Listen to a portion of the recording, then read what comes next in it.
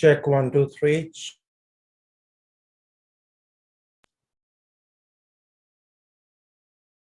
Check, check. Yeah, it sounds very good. Ever since the break, this situation, I think we might have a. So we need to be careful that everything is loud and clear.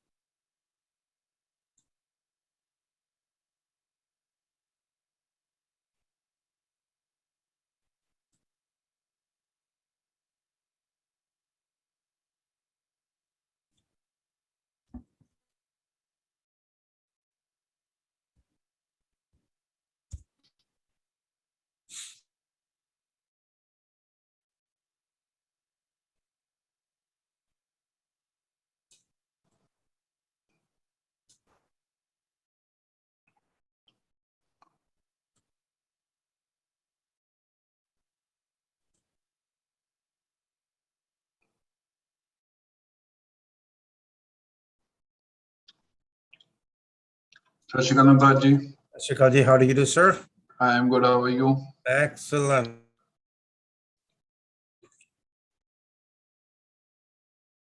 The life is good.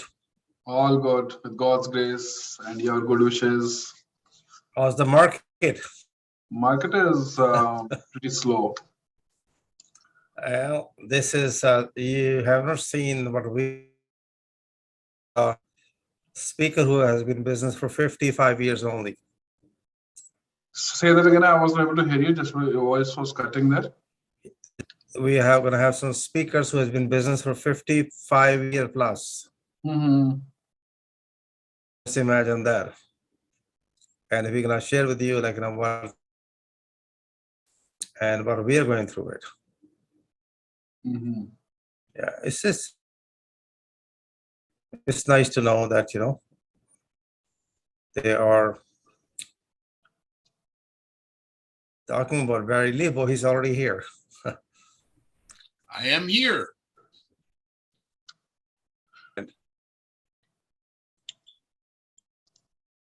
We also have, he's also here online.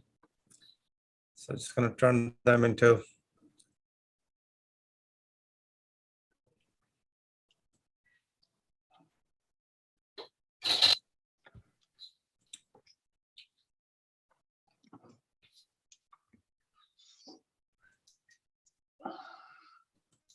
Jordan, are you here online, my friend?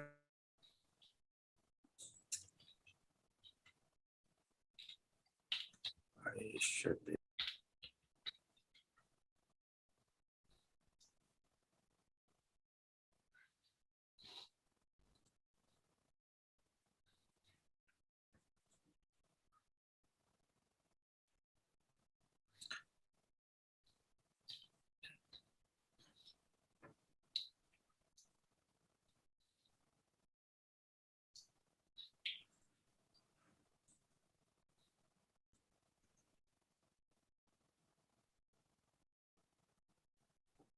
It's a beautiful day out there, isn't it, today? Absolutely. Just incredible.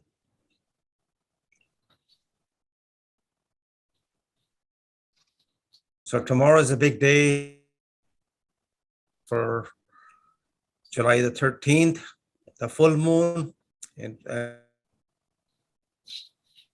slightly up. And most of you, this little conversation is not a part of the meeting, but you can hear it while you're, since you are early. Lebo, hey, the interest is going up. He's gonna laugh at you. we have seen interest rate at 22%, 21%. 21.75. We made money on those days. The interest rate is 5%, 7%, 10%, double digit,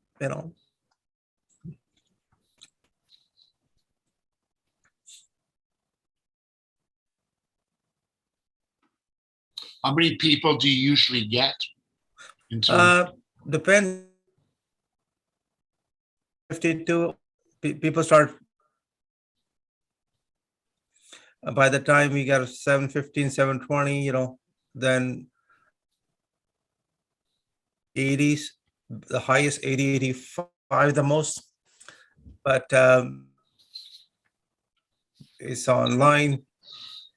It's one of those things.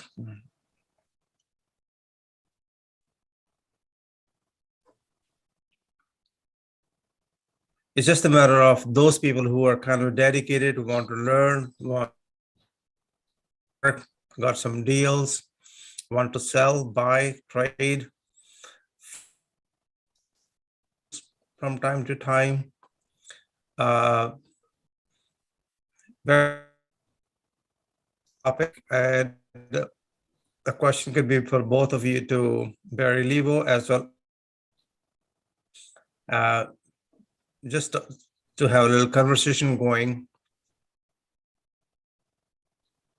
They have given you power of attorney, passes away. Does that power of attorney becomes invalid? I can't answer a legal question. I know the answer, but I can't answer it because it's a legal question. I'm not a lawyer, so I can't answer, but I know the Okay, answer. all right. No, you have. Can I answer that? Yes, please. Yeah, so the GPA will die with the wrong person as the person dies, so that's finished. That's no more then. To hear probably yeah, okay, that's fine. The reason I'm asking you all this is we have such situations from time to time. Next couple of years, you're going to be facing a lot of situations where people have died and they have not gone through the proper probate process. People trying to sell without probate, or they're waiting for probate. And because of this COVID slowdown of courts and so on, so all these things are popping up from time to time, become a challenge and opportunities at the same time, though. But here's what you have to look at. It's a foolish thing to do to just have an estate trustee or a power of attorney and name one person, because that leaves you vulnerable to that person getting hit by a truck or whatever. And what you have to do when you're doing a will is, number one, find people who are younger than you, not older than you, to be the estate trustee. And failing which, if they can't exercise it, it reverts to the next. I'll give you an example. Both my brother and my nephew are lawyers. If my brother can't handle it for some reason, then it reverts to my nephew. Excellent. So there's two people involved at all times. And to just put what I was going to do my will years ago, I was going to put my former partner, who was fabulous with money. He was a treasurer of different associations. And I realized he's older than I am. What a foolish thing to do. So you have to find younger, and you've got to find two people that if John Smith or Jane Smith can't do it, failing which, and then it reverts to somebody else, the defaults. Excellent, excellent idea. Thank you, sir. Appreciate it. Well, we're going to get cracking shortly, within another minute or two. Got a few text messages. People are trying to get logged in. Somehow the connections aren't working, or they're trying to one more time. So we're going to get cracking in 2 more minutes. So, well, we are very fortunate to have Barry Lebo tonight with us. The gentleman is a legend. Started his business in '68. And most of you are not even born at that time. Thanks a lot. Making me feel. No, sir. It's wisdom. I just turned 65. I'm so happy that I'm 65. I got all the freaking benefits now. You paid for the last 45 years, all the thing. Now you can get some freebies. When you start to get your benefits though, and you're still working, even Yes. though you've paid 40, 50 years in, they start cutting you back because you're making too much money. Oh yeah. Well, And you're getting penalized, and you're paying tax on the money you've already paid taxes on. this Oh, is Canada, man. my friend. 80% of income will be taxed and taken away from you, whether you like it or hate it. It doesn't matter. I was in a conference about 3-4 years ago in Jasper, and people came in. They said, "Oh, we don't want to pay taxes." You're freaking paying taxes. You're staying in a hotel. You're paying HST. You're paying everything. Whatever you freaking buy, you're paying it. How are you going to save money? No, we are from the old country. I say, I understand your old country, but this is new country. This is Hate my it or like favorite. it, you are paying through your nose, period. This is my favorite. Yeah. This is a postage stamp. What is a postage stamp? It's an excise tax. It's a Yes. tax on sending a letter. So you're paying a tax to send a letter. Then they want HST on top. So you're paying a tax on top of a tax. That Same one thing happened. drives me crazy. Well, same thing happen every time you go to gas station. Half of the price you're paying for the gas is all taxes. Yeah, it's very unfortunate. We're gonna get cracking. Welcome everybody, ladies and gentlemen. My name is Naftaj. We're gonna be having a special meeting tonight. We got a special guest. Market is going through what market does. Well, we have seen market goes up, sideways, downward, either direction, diagonally. We've been through this many times over. Every time market changes, it offers opportunities. You just use different strategies. You're in a business to make money, long-term, short-term, whatever the terms you have, whatever your strategies are. And there's no guarantee that you're going to make money every time, which is the fact. But at the same time, we have one benefit in Canada: tax capital gain versus capital losses. Again, if you're running a business, then you have different set of benefits. But tonight we're going to be focusing on several different issues. And here is something where they hand you some teasers. And these teasers are, I've written a book on it about real estate grants. Majority of realtors, with all due respect, do not know that there are, from time to time, opportunities where a first-time home buyer can get free down payment, which they do not have to pay back. And I'll be talking more about today. There's also grant available if you want to build a garden suite in Toronto, $50,000. It comes with the strings attached. But again, you need to go through the whole process before you know, hey, what is the strings attached though? So moving forward, this is all about networking, building your relationship, get to learn from experts, which you may not be able to have access to it.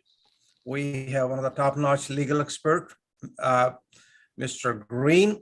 He's always here to help you out, and he makes very clear and precise whenever he's presenting his opinion. And he makes it very clear there are two ways of getting legal advice. One is before, other is after. You figure it out which one is cheaper. If you're hiring a lawyer because you need to sue somebody, okay, that's a totally different ballgame. But again, with all due respect, before you sign any contract, if you are not dealing with a realtor, even if you're dealing with a realtor, it's always a great idea to have a lawyer on board up front. It saves you a lot of hassle. Once you sign the dotted line, things become totally different ballgame. So it'll be always nice to have some good people around you.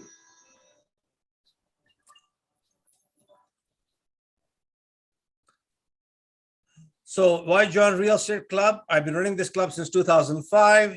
It is not a money maker for me. That's not how it is something what it does for us a great deal.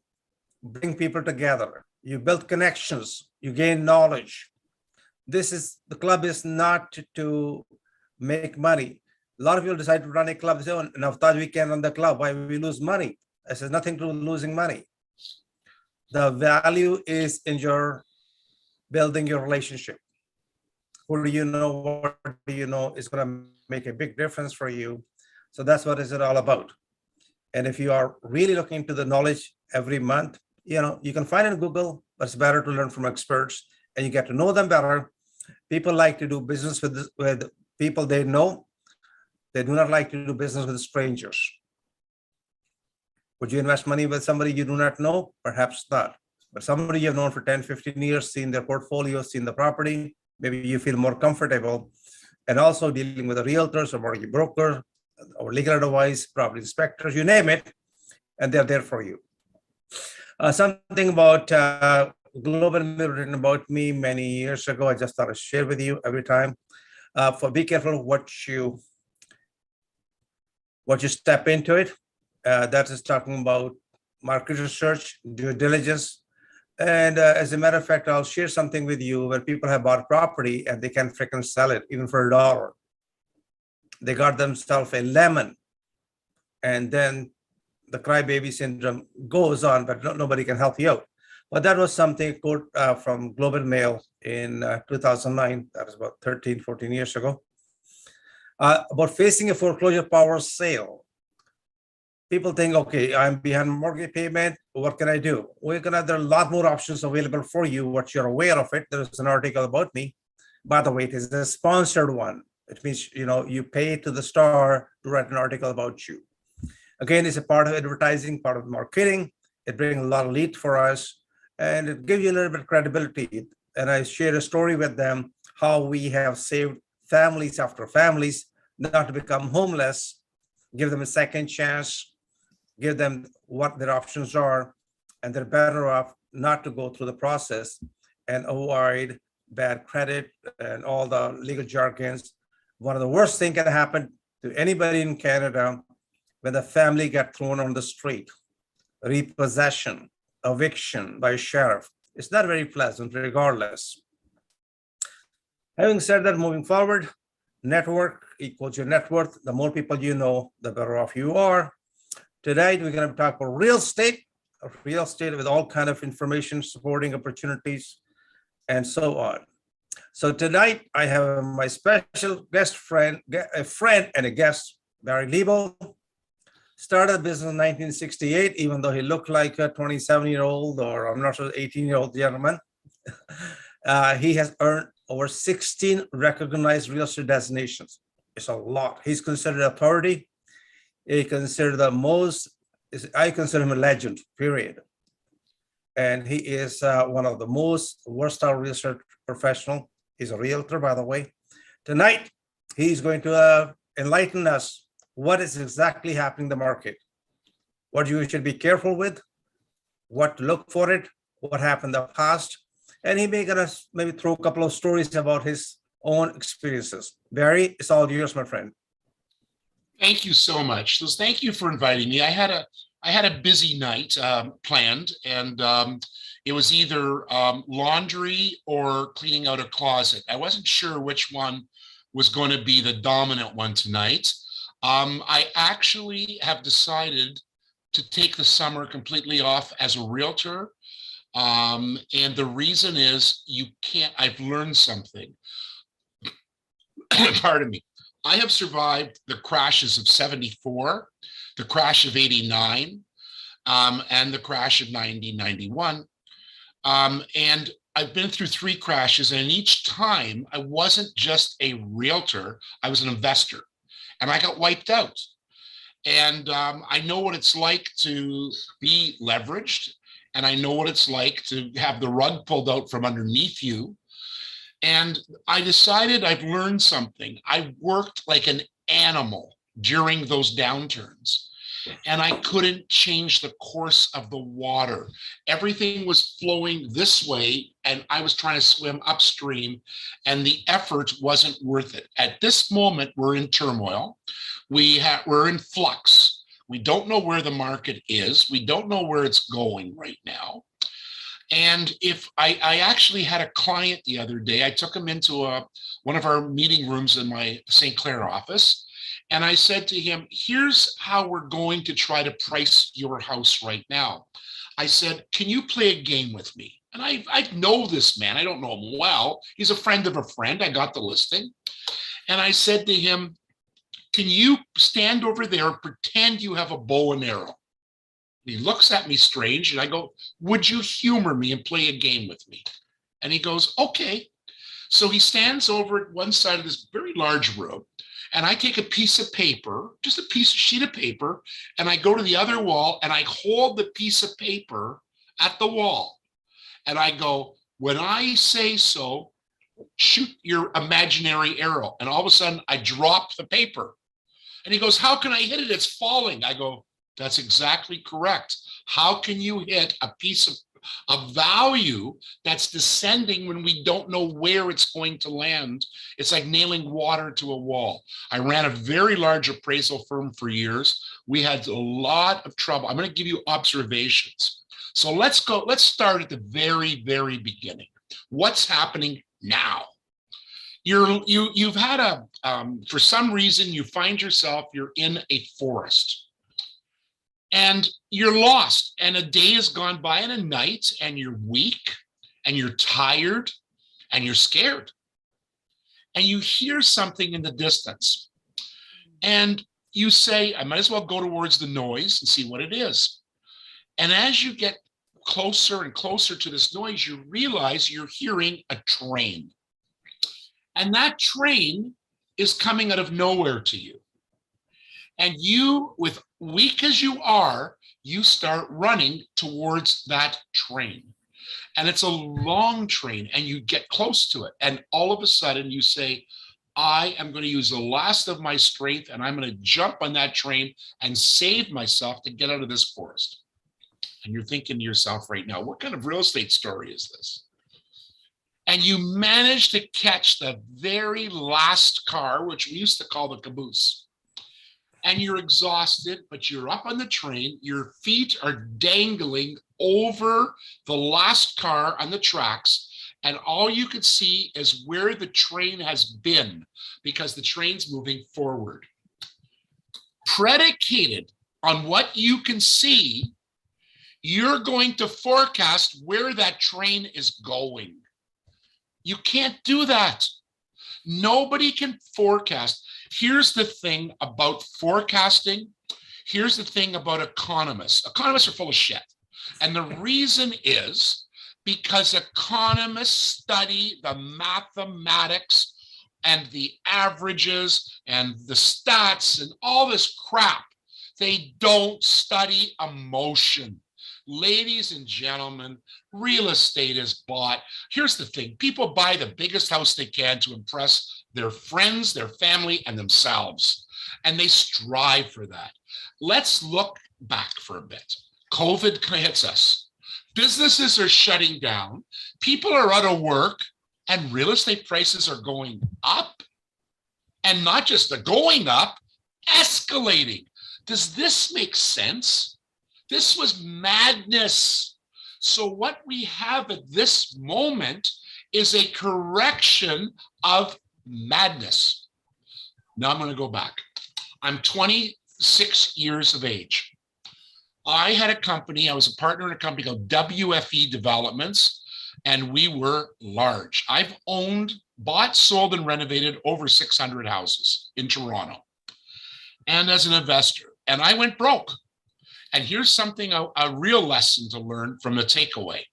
I made over 1,000% interest on my money and lost a fortune. Hear me again. I made over 1,000% on my money and lost a fortune. Why? Because I bought houses, fluffed them up, resold them. And any idiot that came along and bought a house from me, because I would finance them. Here's how we finance people. You have a pulse, you can fog a mirror, we'll get you financing. You can buy, you got $500 down, you got 1,000, we'll make a deal. And every one of those people that kept those houses for 5 years, 10 years, 20 years, made a fortune. I bought those houses, sometimes with $1,000 down. I sold them for $2,000, $3,000 in a couple of months. I doubled, tripled, quadrupled my money. You compound the interest. There were times we made over 1,000% interest, and I lost money because I didn't keep the houses. The person who is the richest people I know are people that kept their real estate. They're good real estate. The crappy stuff, get rid of. But when you've got a cash flow, a positive cash flow property, you got to be foolish to get rid of it. Unless you can't stand to be like me. I learned something very early in the game. I don't like being a landlord. I stopped it. I was a terrible landlord. And the reason was I believe the bullshit of half the tenants. Barry, don't worry, we'll pay you tomorrow. In the meantime, I'd come back the next day. They weren't there, but there were cases of beer on the porch, empty. And, you know, I went through all that. I've had crack houses and I've had good tenants too. Don't get me wrong. I just had a property downtown. The tenants were wonderful. And we just moved them out and I just sold the property. But leaving that alone. So at 26, I never had to work another day in my life.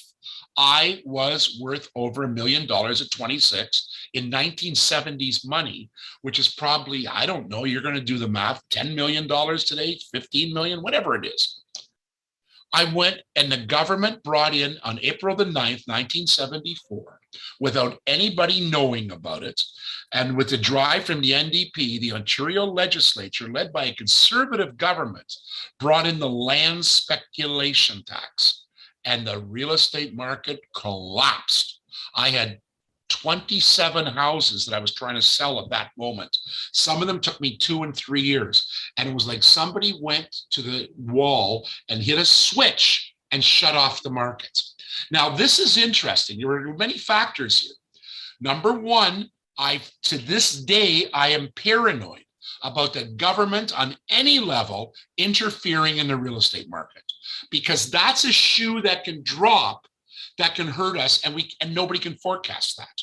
So there's something, and Trudeau's come out with stuff, and the premier. I mean, there's all these different, legalese that can thwart the best real estate. I came out with the Lebo axiom. The Lebo axiom is, for every successful business in the province of Ontario, there is a pending piece of government legislation waiting to wipe it out. That's what I learned from 1974. Now, here's the funny thing. Mortgage rates went from 8 3/4 to 12 1/2. It was the first time we'd seen those kind of interest rates. If the government had done nothing and not brought in the tax, the market would have stopped on its own because of the interest rates. The government did not have to interfere in the real estate market. So as the years progressed, the 70s were pretty slow, and then slowly we started to come back. And by the 80s, we were going crazy again. 79, 80, we were meeting in restaurants in the morning, and we were exchanging, here, I bought this house. Anybody want to give me a couple of $1,000, buy the offer from me, you close. And it was starting all over again. And we got caught again. Only this time, mortgage rates went up to 21.75. Now stop there. Before I came on this call tonight, I wanted to make sure I was right. I went back and looked at Stats Canada for one couple of things. And one of the things that I did look for is what's not happening right now. If you look at most of the real estate downturns, the bad ones, unemployment was going up.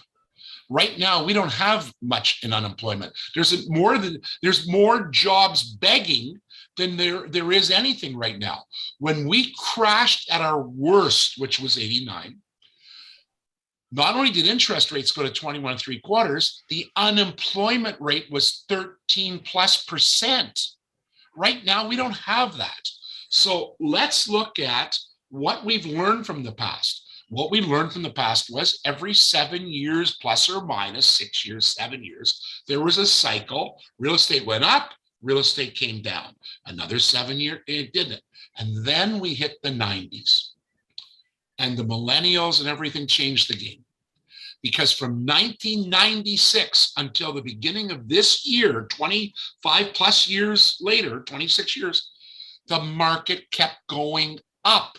It made no sense because we've never been through a cycle like this. So what does this teach us? It teaches us that the past does not have to be the future. All this stuff that we have learned in the past is conditioning, and a lot of people can't get their heads around the fact we're in a completely different economic situation. You started talking about power of sales, foreclosures. Here's something about that. They're not going to be that severe. Why are they not going to be severe? Because I see my friend David Grossman's on here tonight. David and I have talked and tried to do promotions on reverse mortgages. You can be 55 years of age and get a reverse mortgage, and 55 up. The older you are, the more you can get. You can go to the reverse mortgage, to Equitable or whatever, and you can get a reverse and never make a mortgage payment. And that's not bad. Now you kept your house. That's one option. You get lines of credit. Or, now there's going to be people that are over leveraged, and that's fine. That's going to happen. There's going to be some people in trouble, but not the masses of people that we've seen in the past. In the 80s, the 70s, the 80s, and the 90s, powers of sale, I guess that's the plural, isn't it? Power of sale is powers of sale. They were numerous. You could grab a house for what the Americans call underwater, or a short sale, which we don't use that term, short sale. We did adopt the word underwater so that you're paying less than the mortgage. And we haven't seen a lot of that, nor do I believe that we will. Now, here's a couple of things. People have been tired of COVID. I was out of town this week, and I decided I'm going to this event. I got up early in the morning. I left Toronto. And it took me 90 minutes to get to where I was going. Fine. I spent a day. I had a wonderful day. It was gorgeous weather. And I turn around. I want to come home, back to Toronto. I live right in the middle of Toronto. 2.5, almost 3 hours later, I crawled home. Geez, it's funny, gas being so expensive, but all those cars are on the road, folks. People could bitch and people can complain, but they're on the road. Right now, we're going to see, forget economics. Again, I come back to the emotional level of people. We are in post-COVID mode. We can't, I shouldn't even say that. We're not in post-COVID. We're in post-lockdown. COVID's still around. But what has happened is everybody wants to travel. Everybody wants to get away. Nobody's in a buying mood for real estate right now. And I'm not saying nobody, but the majority aren't. So what we're going to see is a very poor summer. Here's something else. I got crazy in the 70s and the 80s over what happened because I got wiped out in real estate. I mean, wiped right out. And I was desperate. I mean, here I was, a millionaire. I woke up one morning and I owed in excess of $1 million. I owed that much to my creditors, all the people who put up money for me buying all these properties, mortgage lenders. And I was crazy. And I started to become obsessed. And I took every headline, I took a scrapbook, which I have, scrapbook from the 80s, a scrapbook from the 90s of all the headlines in the newspaper. And here's something we found. The greater the media attention, the greater the reaction by the public, because something doesn't have to be real when it's perceived to be real. Right now, people, I got a property for sale, $650,000. A guy throws me an offer of $600,000. It doesn't matter that $650,000 is the lowest priced condo in this particular building. We priced it so low to sell. We're about $60,000, $70,000 below everybody else. They throw an offer of $6,000. Did they price it? No. They read in the newspapers, now's a good time to take a shot. So they did. And I guess if you throw enough against the wall, somebody will accept, but we weren't playing that game. So with that said, I think we're going to be in for a very quiet summer. There will be some opportunities, but the question becomes, will this prevail past September? when the weather gets cooler, kids are back in school, people are off vacations and everything else, will the madness return, or will people be subjected to what the Toronto Star and all the other, the Globe and Mail, the Post, all these headlines about real estate? Because Toronto's a very funny city. We are so real estate oriented. I mean, people, at my age, you think, I meet one of my peers, any baby boomer. You meet two baby boomers meet, within 2 minutes, we're showing where we had our knee operation, the hip operation. We're talking about what meds we're on. I mean, that's just the way it is. But Toronto in general, two people meet that are complete strangers, and within 3 minutes are talking about how they bought their property or real estate. It's real estate porn in this city. It's real estate porn. It's unbelievable. People are obsessed with real estate, more so than in most centers in North America. And with that, I look at this and I say to myself, the economists can tell us interest rates are going up. Interest rates aren't that big a deal. Yeah, if you were given money at the lowest we saw, and I could be corrected, somebody wants to find a lower rate, the lowest I saw was 0.99%. I actually did a CD that I was giving away promotion years ago during the, I guess around 2000. And I said, nobody's buying real estate. They're not buying real estate. They're renting cheap money. Everything that we saw in the last 20 plus years has been because people have rented cheap money. And it's obscene, these interest rates. How long did we have 2 and 2.5% mortgage rates, which was never seen? And you'd say to yourself, yeah, but that we take advantage. Prices would never have gone up if we had these higher interest rates. If they would have stayed 5-6%, it wouldn't have happened, this madness.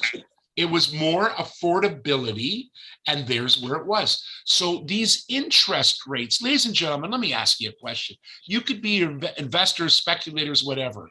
Is it healthy that real estate keeps going up, up, up, up, up, up? Because there's a point where every time it goes up a notch, more people can't afford to buy. And who are you going to sell it to? You have to have people who can afford it.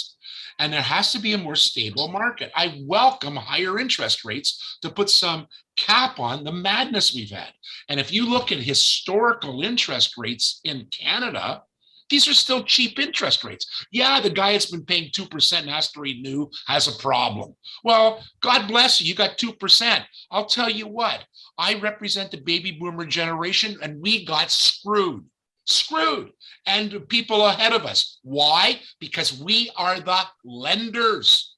We're the lenders. And the lenders got screwed. Why do we lenders? We put our money into savings accounts and GICs and got nothing on our money at the banks, but we've been paying taxes for 40 and 50 years, and they took it away from us. They gave us nothing and gave a bunch of younger people who have contributed not that much over the years financially, and they got a benefit of 1%, 2%, and we got nothing for paying taxes 50, 60 years. So the lenders got screwed, the young people got rewarded, real estate's gone crazy, and it shouldn't have happened. So it has happened. So where do you go from here? What's the next step? Cash flow is cash flow is cash flow. Do you hear? The other thing is, by the way, and I'm sorry, some of you here, I've never been successful at this, and I know friends of mine are. They buy one unit in Guelph and another unit in Kitchener, and they buy another unit in London and Windsor.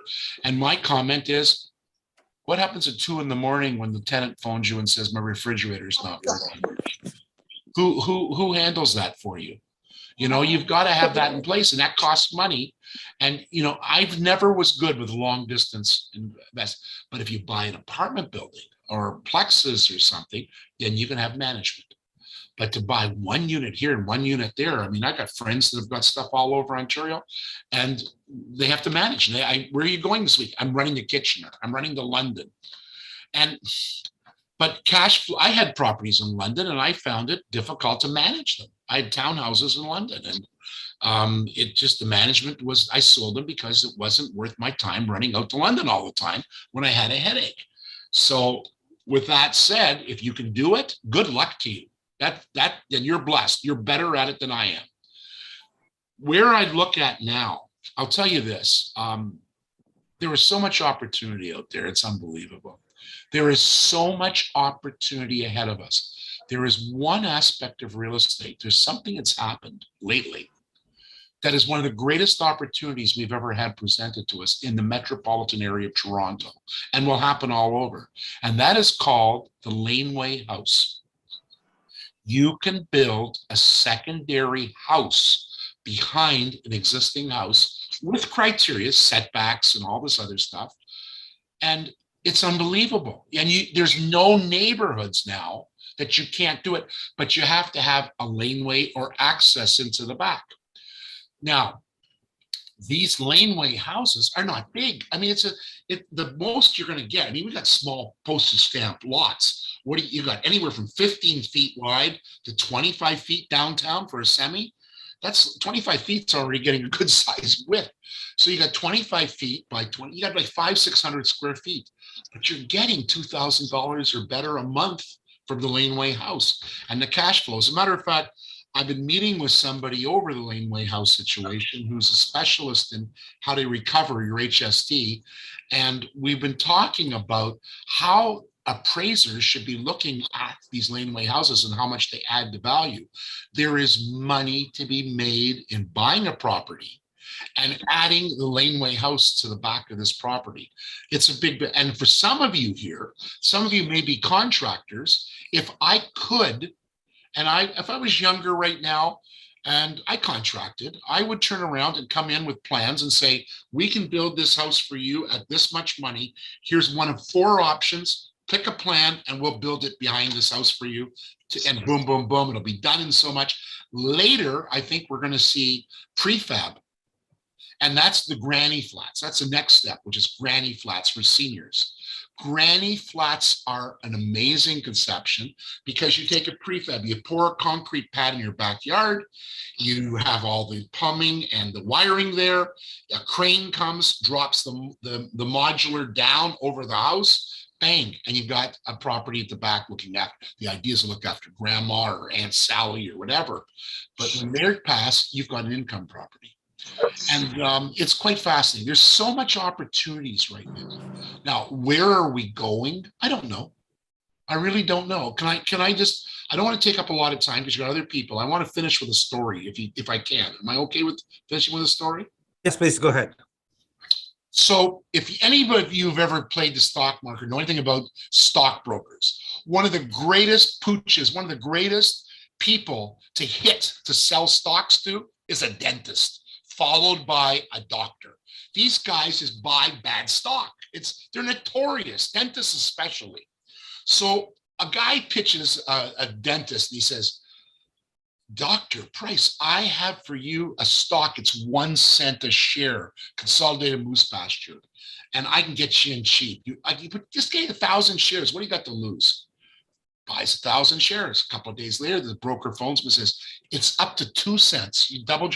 Would you like to buy more? Guy goes, yeah, buy me more. Calls him a couple of days later. It's up to 4 cents. Boom. And this keeps going on and going on. And now the doctor's investing and investing and investing. And eventually the doctor looks and he sees in the paper, it's up to 99 cents a share. And he's been buying like crazy. He's got he started with $1,000. He's got hundreds of thousands of dollars of shares. He picks up the phone and calls his broker and says, sell, sell, sell. And the broker goes, to who, to who, to who? That's the way it's been. A lot of houses they were there to sell, only to buy. They weren't there to sell. We're getting people, by the way, a lot of deals aren't going to close. We know that. People grossly overpaid. I'm hearing from lawyers every day, buyers are walking in and going, they're not going to close. They don't understand the ramifications of not closing. It's going to be, their lawsuits are going to be huge because it's not the United States. You just can't walk away. Unless you go bankrupt, you're on the hook. Now, what? I don't know how. I think you said about 15 minutes or so, and I think I may have gone a little over. If there's any questions for a minute or two, I'll take them. If you want to open up, I don't know what's your protocol here. I apologize, but I'll be happy to answer a couple of questions if we want to do that now at this point. It's your Please show. go ahead. Anybody have a question? Unmute yourself, ask the question directly to Barry. Or challenge me. That's even more exciting.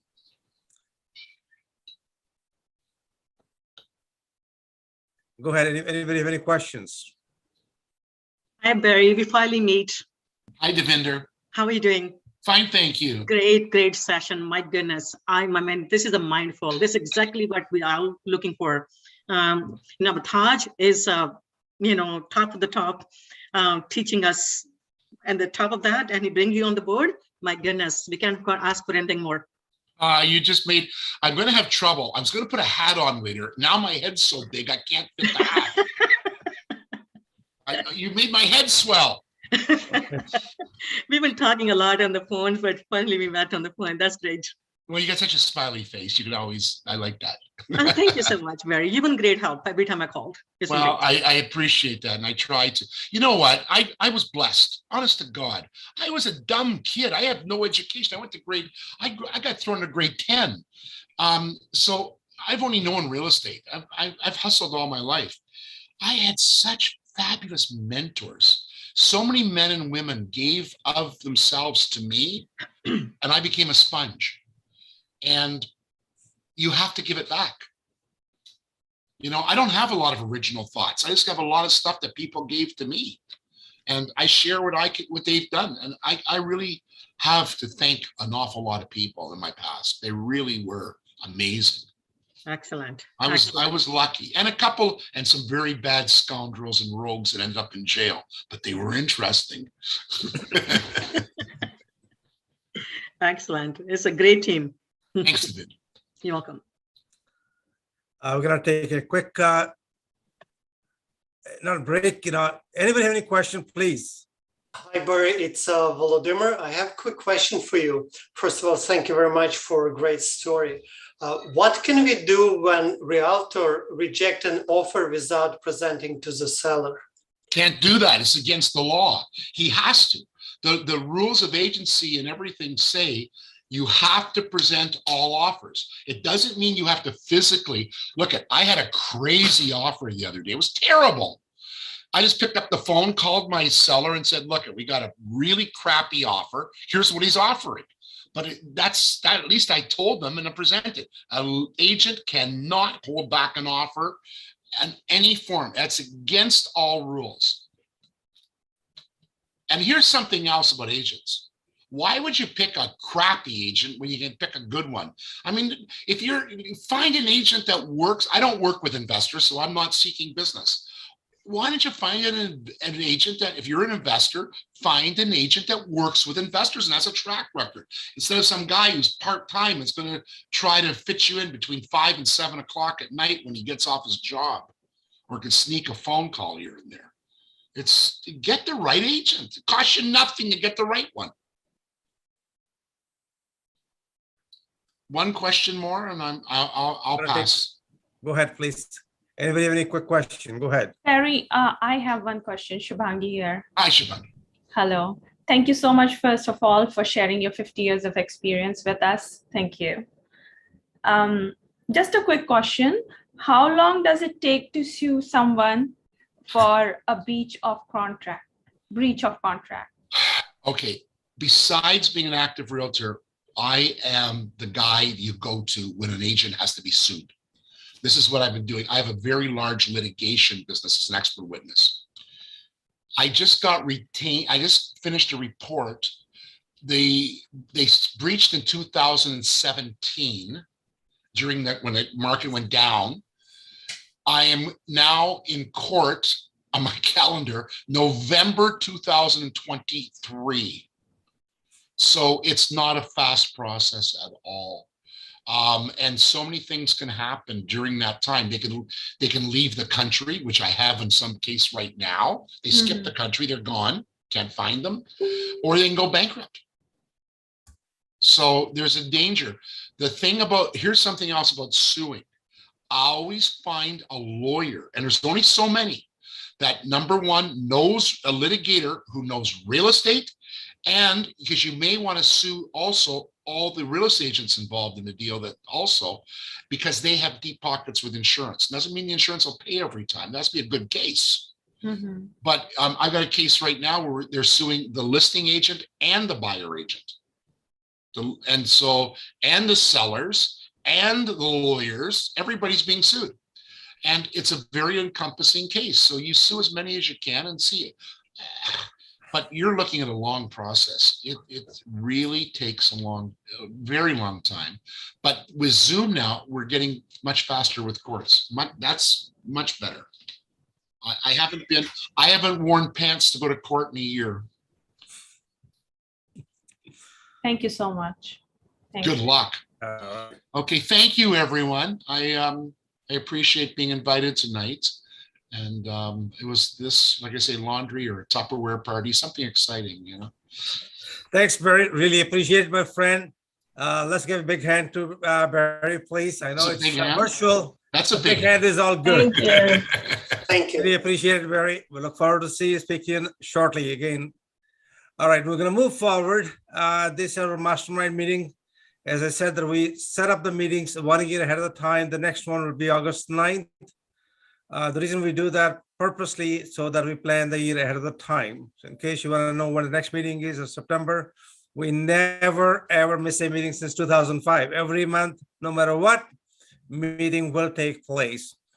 Moving forward, contract versus contract. The more contracts you have, you can have opportunity to speak to a few people today in the break.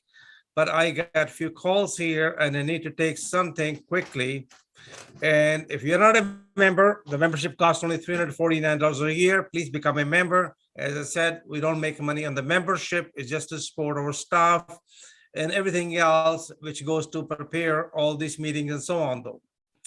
So having said that, if you're not subscribed to our newsletter, please subscribe to newsletter. You will get something which I call it some gold nuggets from here and there, which can help you to move forward whatever you're doing. So we're going to talk about interest rate. In August 1981, prime hit rate 22.7%. And those who are saying, you know, this rate is high, hey, have a quick look back and see what Barry has said, what the facts are. So today it brings me to the topic, how the banks have rate gone up and down. It's on the screen. I'm going to move forward quickly because we got a gentleman who has to leave before 8 o'clock. And the next rate is tomorrow morning, 9:30. So these are the dates when the rates can go up. Or next will be September 7th, October 26th, December 7th. Bank of Canada meets 8 times a year. And this is where you're going to have a tomorrow, possibly 0.75% to 1% increase. Don't be shocked, but it is going to be there regardless though. To enlighten us more about it, jumbo rate hike, whatever it is. And the question tonight is how to deal with the mortgage interest rate hikes. When the rate goes up, what you're supposed to do. To enlighten us, I'm going to bring a brother from another mother, David Grossman. David, are you on the line, my friend? Yeah, can you hear me, Navtaj? We can hear you loud and clear. I know you're in the car.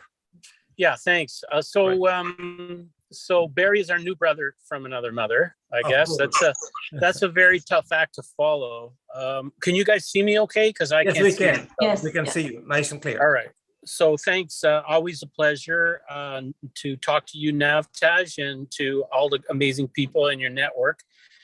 Tonight, I'm at the farmers market here in Wasaga Beach. On Tuesday night, I'm bringing music to the beach. I bring in other musicians, and I also was playing a bit. So, but the timing's good. But we got to pack up by 8. So, appreciate you fitting me in here now.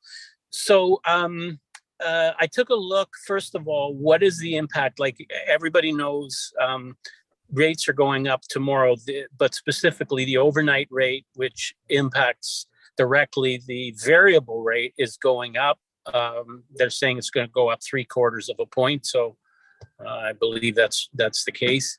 So if you have, let's say, a standard variable rate mortgage with company like TD, for example, at their standard rate, let's say you have a $500,000 mortgage at prime minus 0.4, let's say, that's what they're offering, sort of non-discounted variable rate, if you will. And that would be at about 3.3%, and then that's going to go up by 3/4 of a point. So how does that impact you if you have a $500,000 mortgage?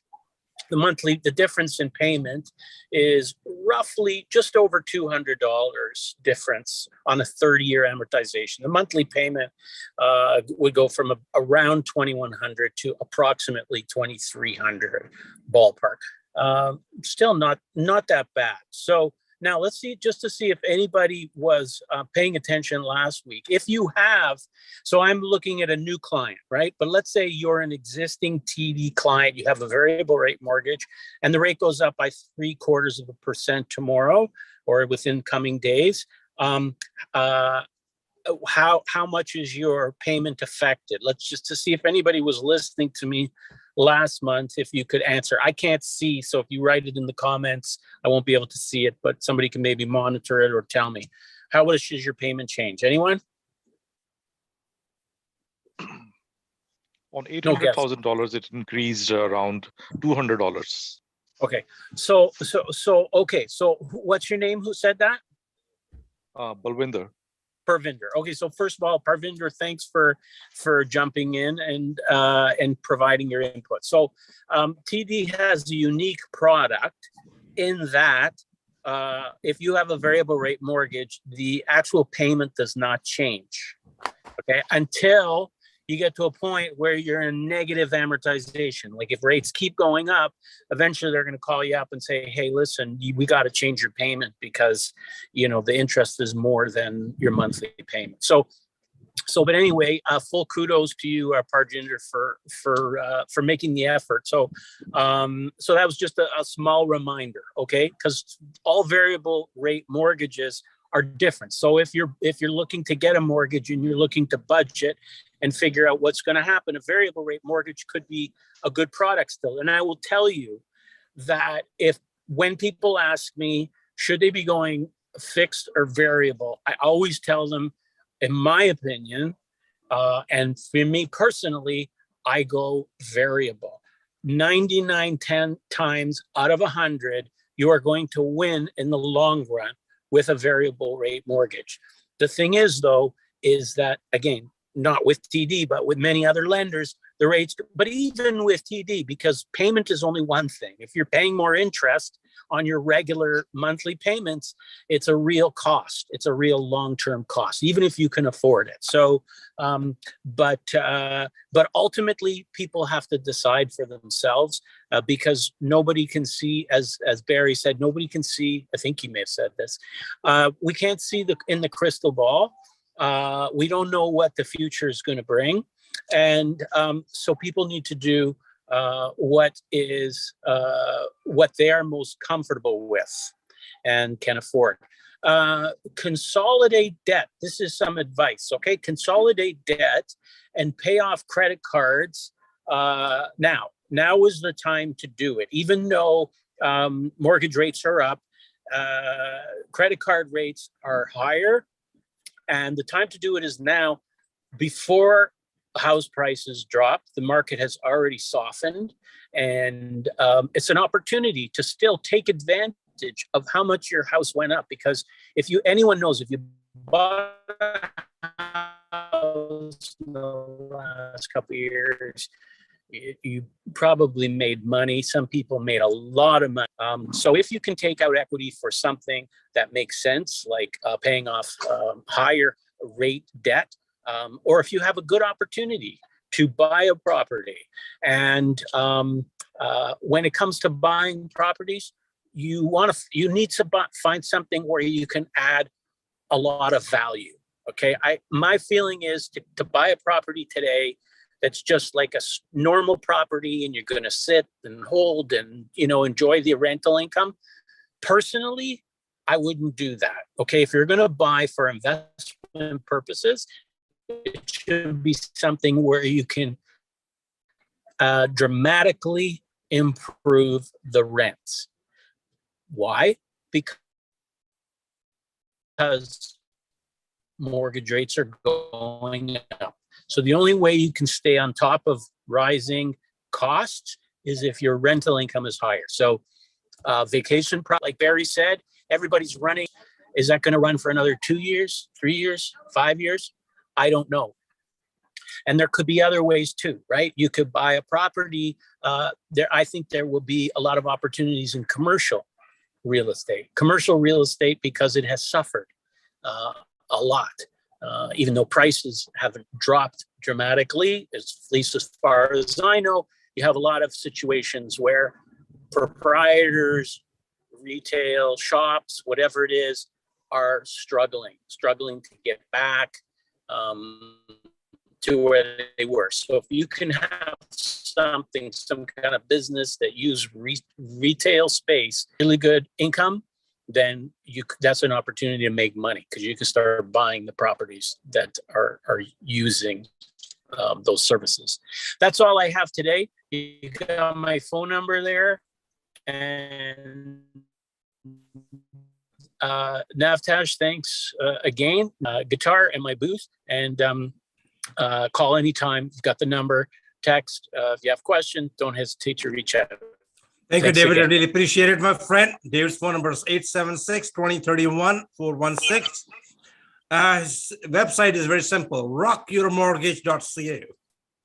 David at rockyourmortgage.ca. You can send him an email quickly, or you're going to send him a text, 416-876-2031.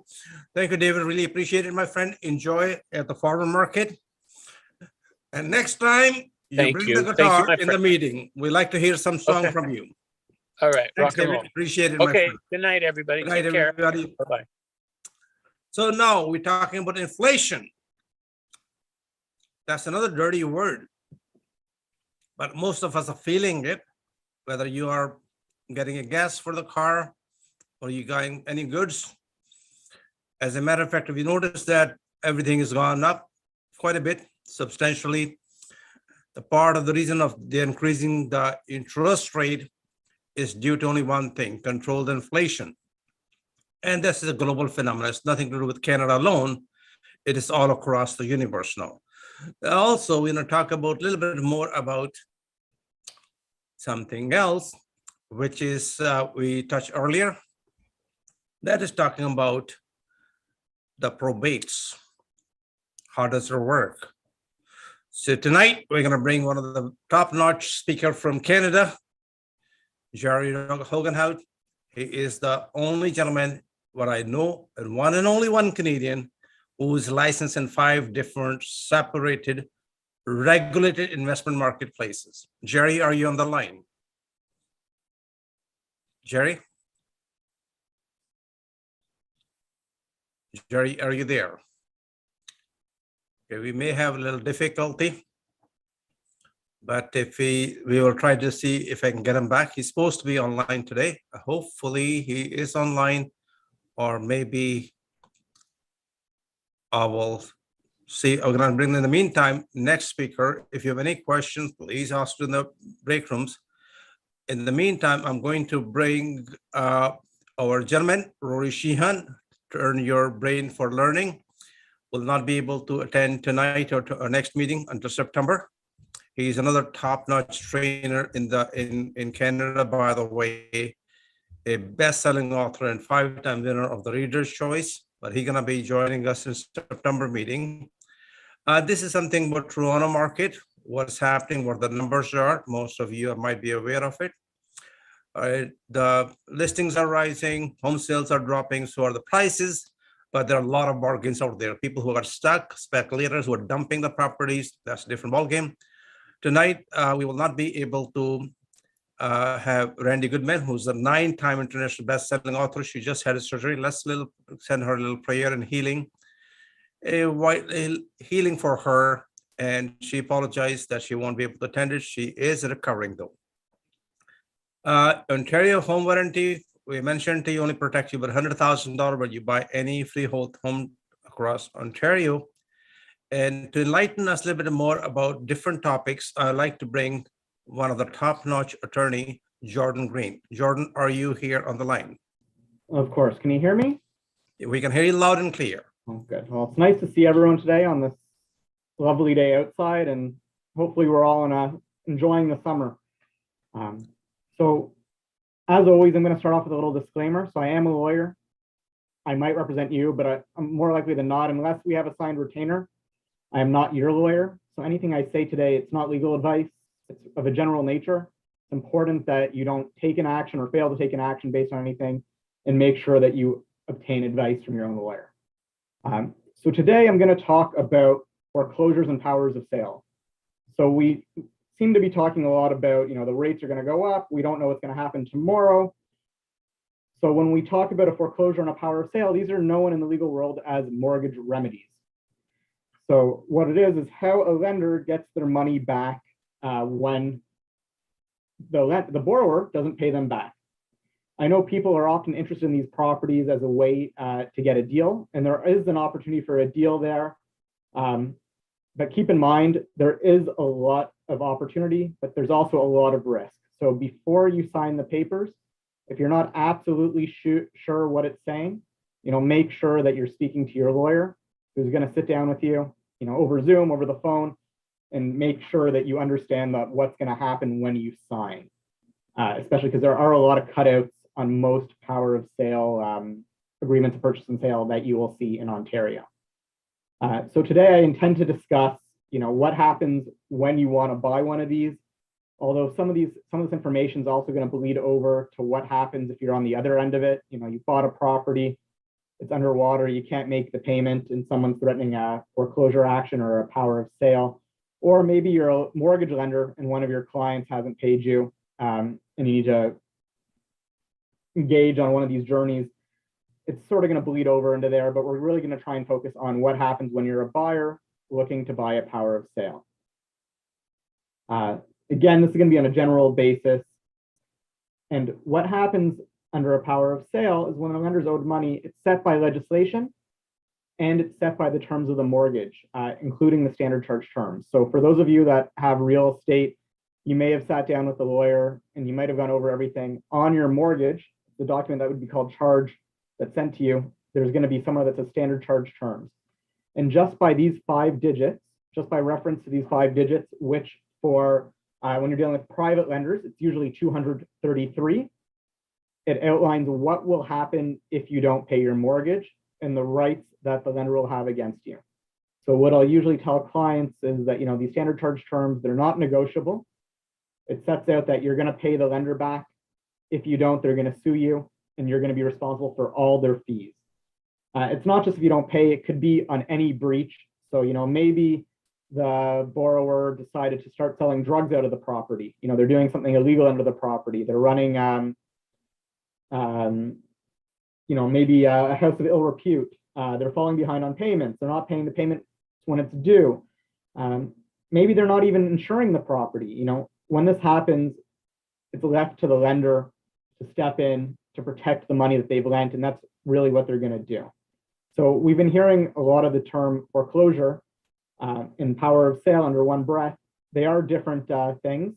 In foreclosure, we hear it more, but really that's an American invention that we see when it's the remedy. And it's not that you don't see it in Ontario, it's just that we don't see it often.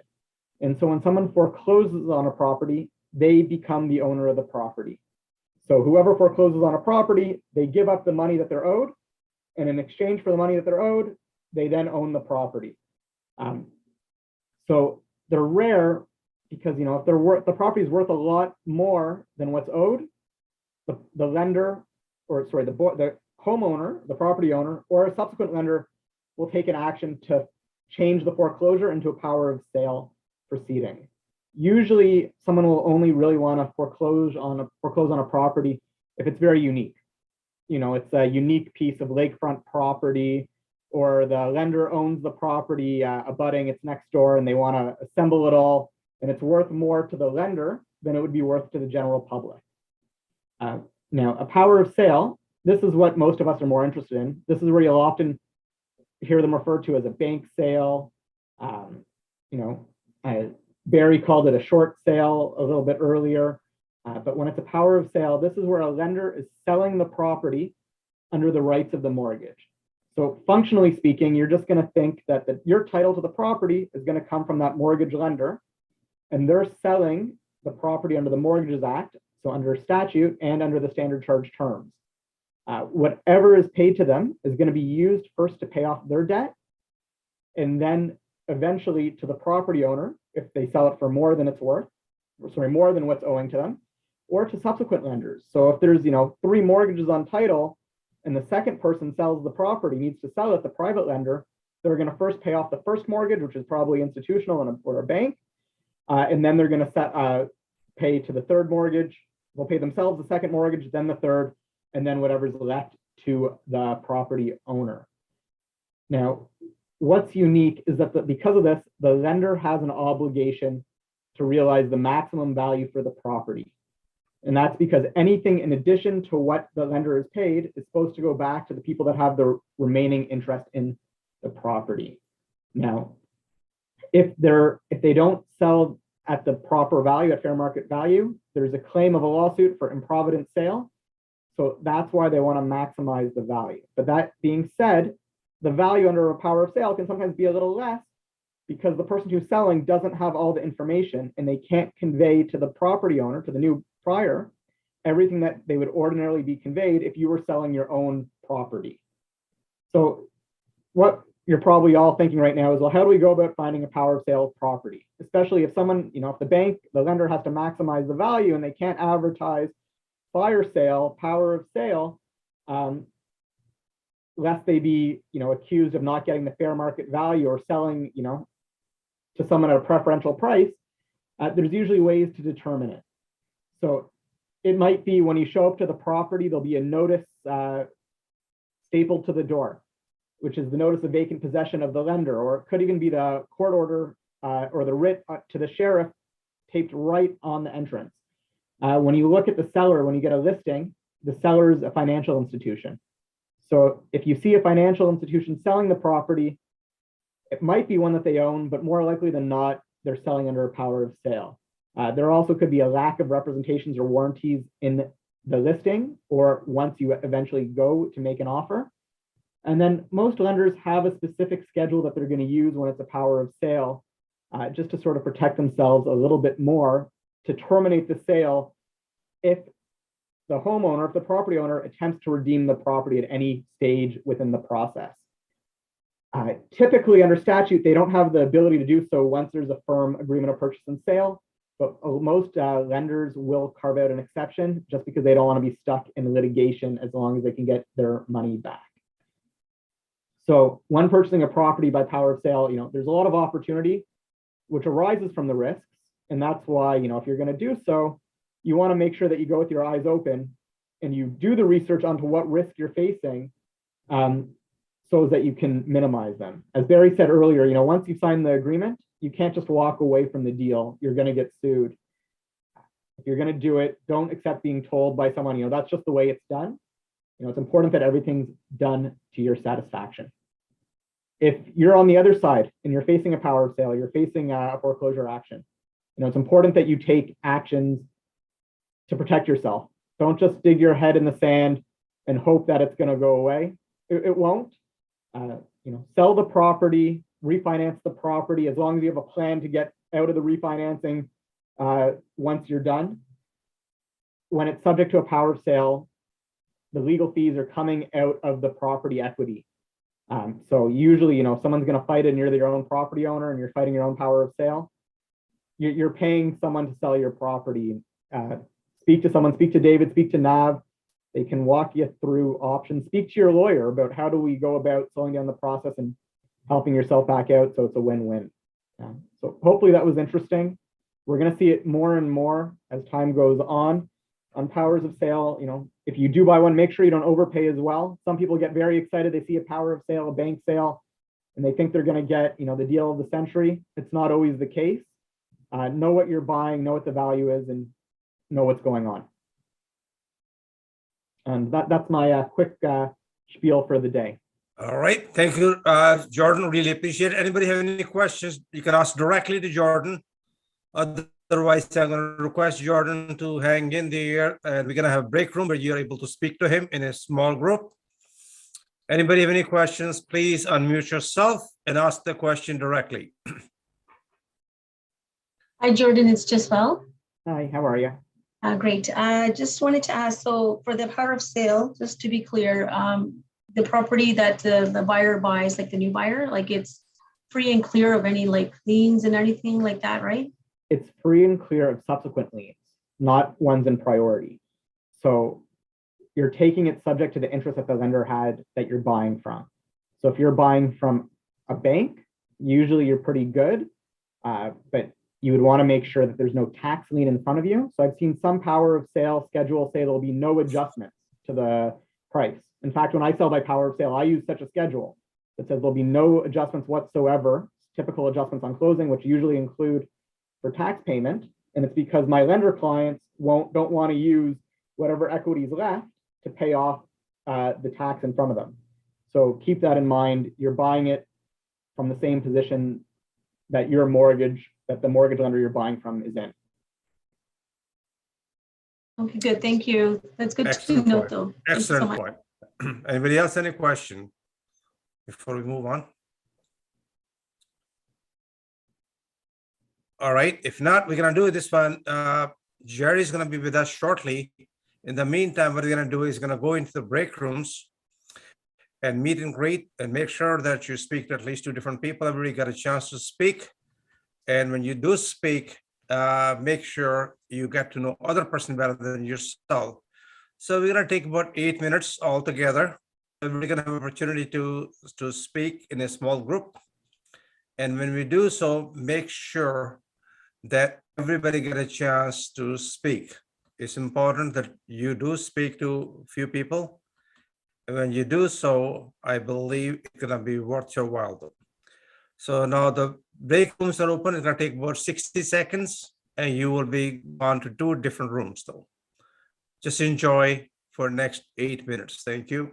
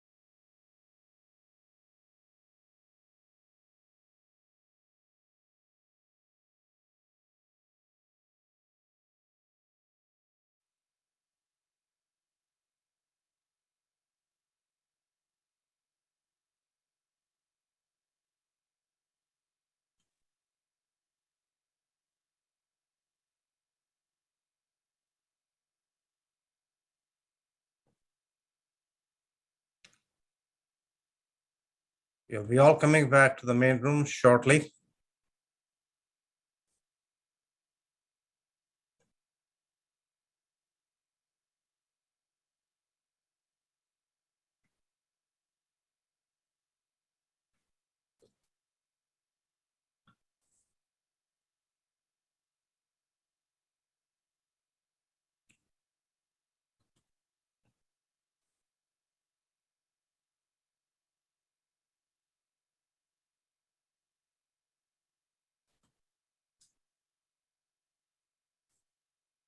It seems like we're all back. Before we go any further, I'd like to introduce you our friend right here, if I can. Before that, actually.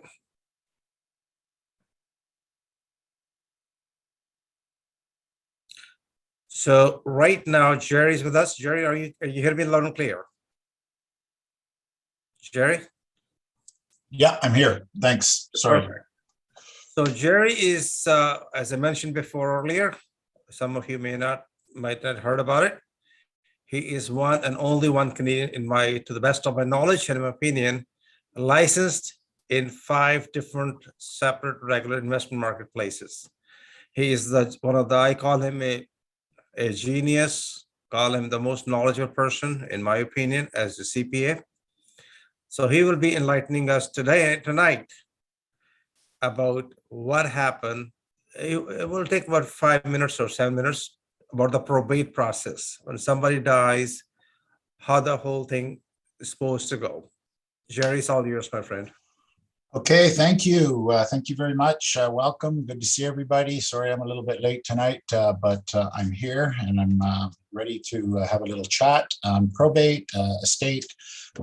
Probate, as you may or may not know, it's really the validation of a will through the court process. I'll kind of explain.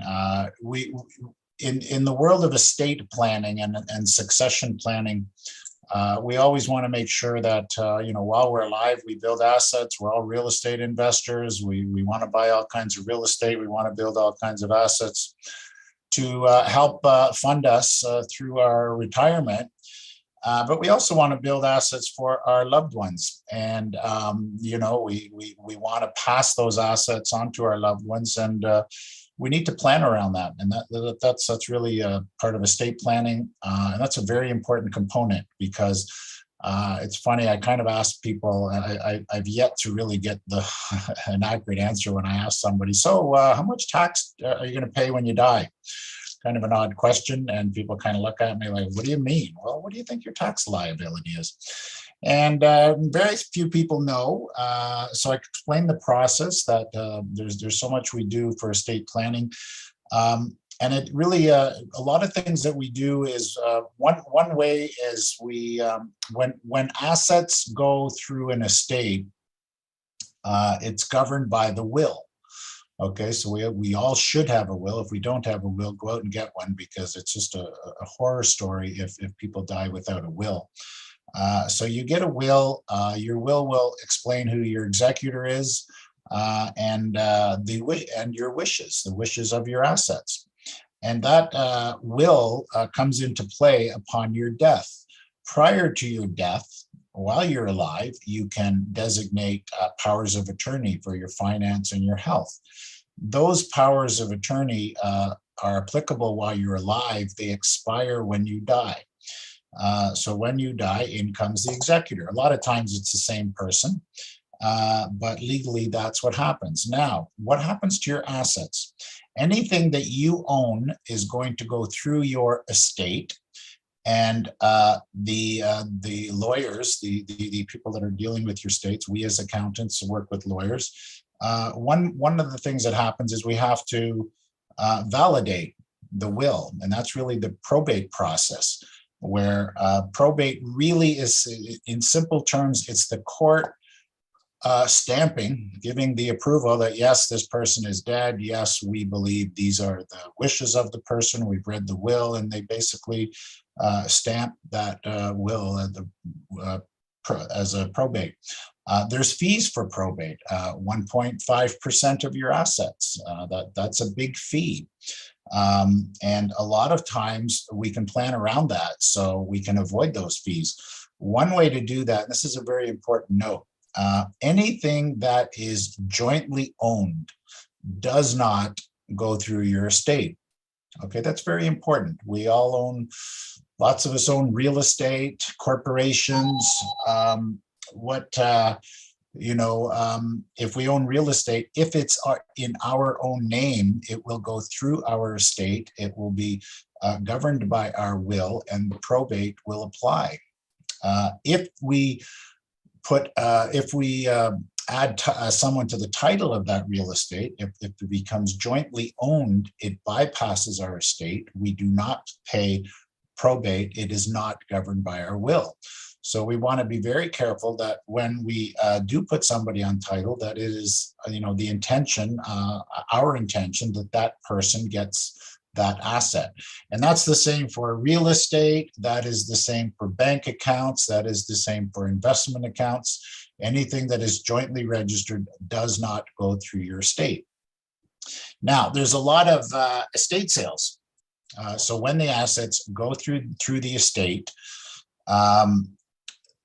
it depends what happens with these assets. A lot of times, certainly we see it with cottages, where when someone passes, there's a deemed disposition of all of their assets. So a lot of times, if there's not proper planning, there's a big tax liability upon death.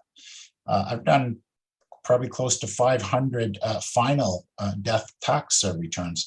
So I see firsthand what happens on these final tax returns. And if there's not proper planning, there's a lot of tax to pay.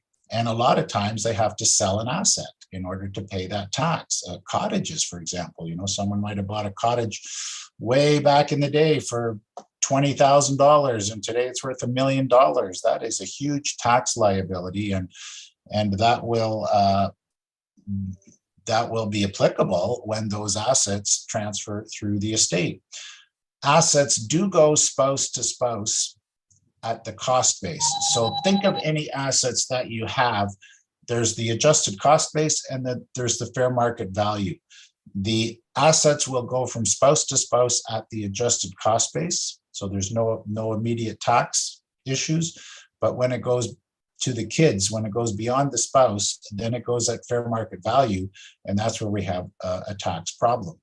And we see a lot of cases where the estate is forced to sell a house, a cottage, an asset. And there's some bargains there. I mean, you don't want to take advantage of the situation, but a lot of times, again,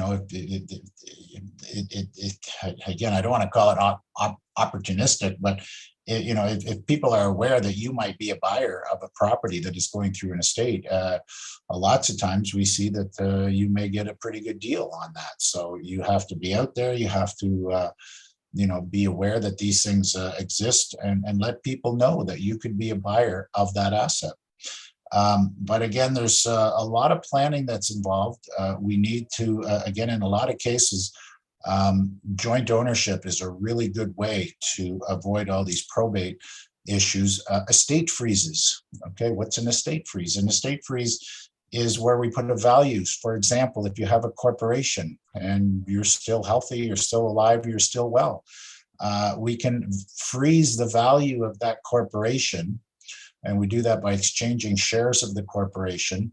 And then, so when that happens, the continuing growth of that corporation would land with the beneficiaries, your children, your spouse, somebody else.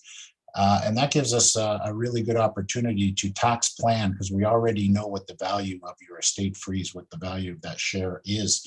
So that's a little bit complicated, probably beyond this conversation, but those are very popular things that we do to minimize the tax. Again, the goal when we pass assets through our state is to avoid or certainly minimize the tax. Insurance policies. Really, when we talk about estate planning and we figure out what a potential tax liability is for a state, I tell people there's one of two things we can do. One is nothing, and that's not wrong. It just means that you're sharing a lot of your assets with CRA. or you can get an insurance policy to insure the tax liability upon your death.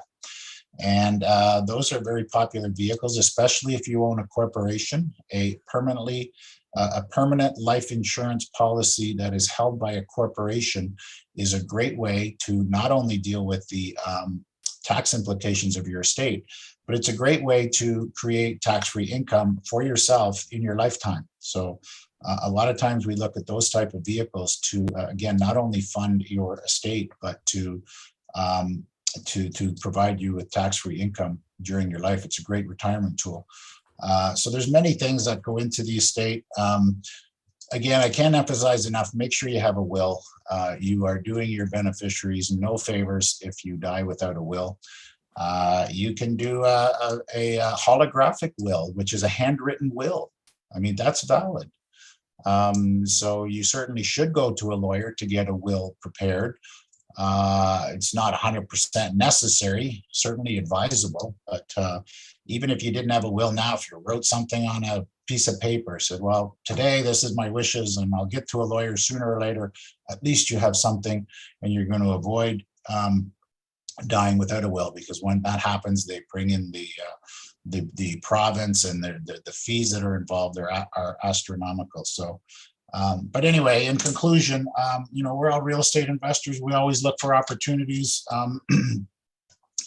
There are opportunities out there in estate sales. You just got to let people know that you're somebody that could be a buyer for some of the assets that are going through an estate. One good source is lawyers. Lawyers get brought into estates. Reach out to lawyers. Let them know that you're somebody that maybe, if there's an estate that needs some liquidation, you're somebody they can call, and they might. And I've seen people buy lots of good deals out of estates. And, I don't want to think of it as opportunistic, because really you're helping them solve a problem too. They have assets they need to be disposed of. There is a fiduciary responsibility that these assets are sold at fair market value. But, it doesn't, they can discount it too to get the deal done quick. So that happens a lot. So now I'll leave it on that point. I know you got other speakers, but if anybody's any questions, I'm glad to answer them, unless there's anything specific you want me to talk about now. Okay, I got two questions for you. Number one question is about the final tax return or loss return. When is it supposed to be filed when a person passes away? Sorry, what's that? The final tax return or the loss return. What is the time frame you need before you file the tax return after somebody has passed away? Okay, so somebody passes away, we have 6 months, okay, from the date of death or their next tax filing deadline. So for example, if somebody dies in July, we have till the following April 30th to file a tax return. If somebody dies in November, we have 6 months from November. So what is that, June or May? We have till the end of May. So it's either the regular normal tax filing deadline, April 30th if you're not self-employed, June 15th if they were self-employed, or 6 months after the date of death, whichever comes later. So that's the filing deadlines. I should also mention, upon a demise, a testamentary trust is created all the time. Most times we don't use them, but we can use them if we usually use a testamentary trust if there's the resolving the estate takes a long time. So if we're into a year, 2 years, then we would utilize that testamentary trust. Or if there's wishes in the will that require us to use that trust. Jerry, you want to grab a glass of water? No, I'm good for now. I still have a little bit of my voice left. Okay, no problem. I'm going to ask you a question here. Here we got a scenario. There's a piece of property in Toronto. The gentleman's mother passed away 22 years ago, and nothing has been gone through. He's living in the house without electricity, without water, without hydro, without gas. And the house is still on mother's name. I do believe this gentleman may have some issue with his mental health or something. And my question to you, when we did the search of his mother as well as his name, there is no lien again from CRA or anything. Now, what does CRA do if somebody passes away and the next of kin does not file the tax return?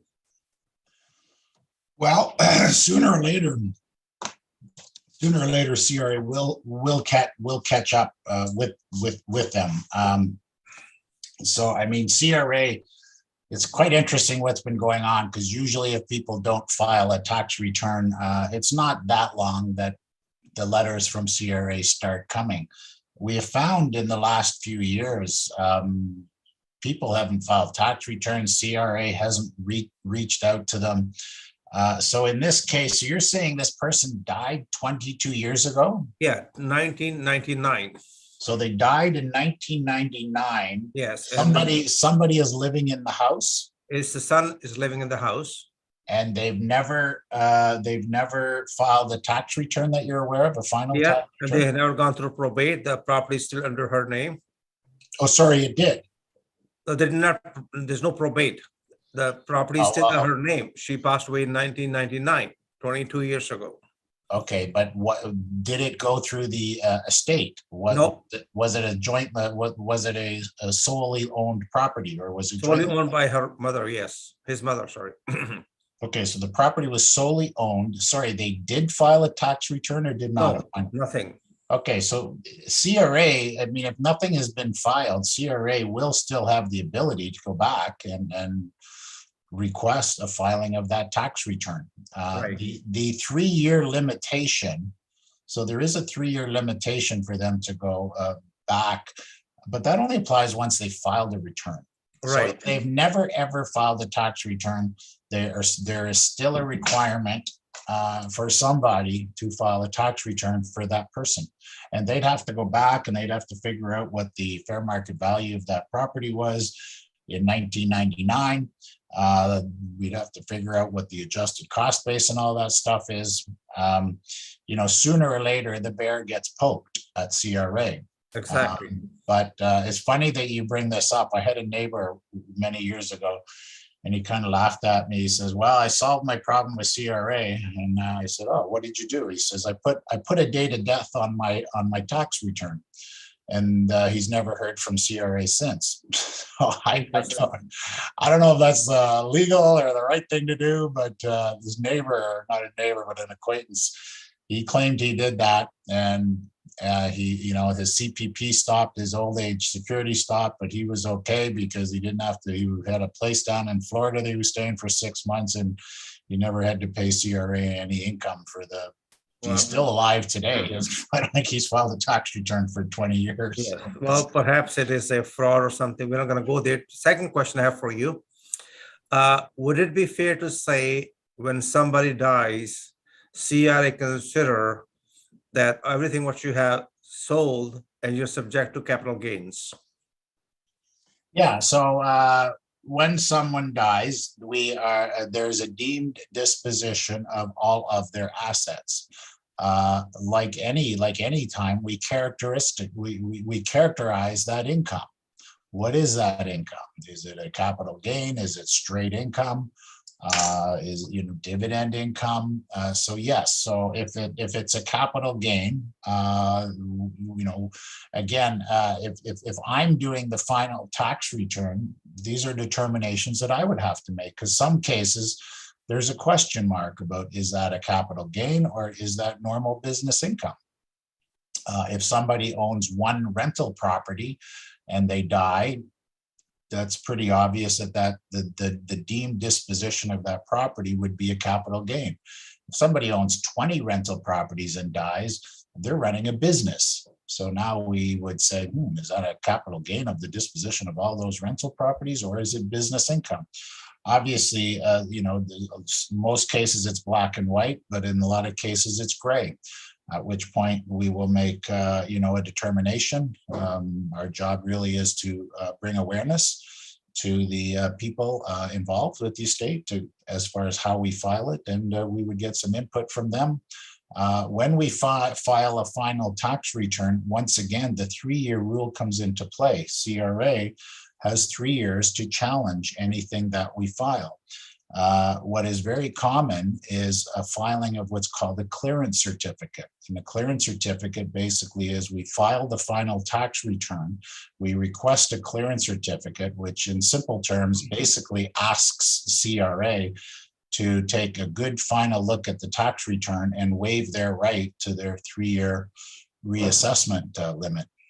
So that's pretty common, and we do that a lot simply because when there's estates and then there's money and it gets dispersed to everybody, and if CRA comes along 3 years later and changes the final tax return and is looking for more tax, we now have to go back to all the beneficiaries and say, hey, I know you received all this money, but you have to give us some back so we can pay CRA for the reassessment. That never goes over very well. So filing a clearance certificate is very common when we deal with estates and final tax returns.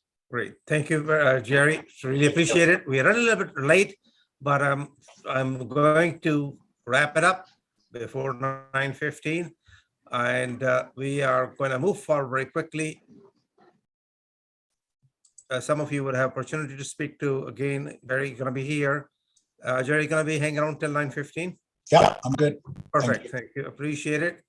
Now, something about, I'm going to move forward. I'm going to skip some of the stuff today for a good reason. We already talked about it. Find your ikigai. What is it? What you love, what you're good at, where the world needs it, and make sure you're getting paid for it. If you can find this is your niche, this real estate business is excellent business. And this is what I found in 1981. Moving forward, what exactly is we getting information? This is some new information for you. Barry Lee will talk about it. Garden suites are in full force in Toronto. So this is a very good news, simply because of the fact that we have been struggling with it all along, and their definition of change, and they are giving about $50,000 interest free. But the only string attached with that 50 grand is that you have to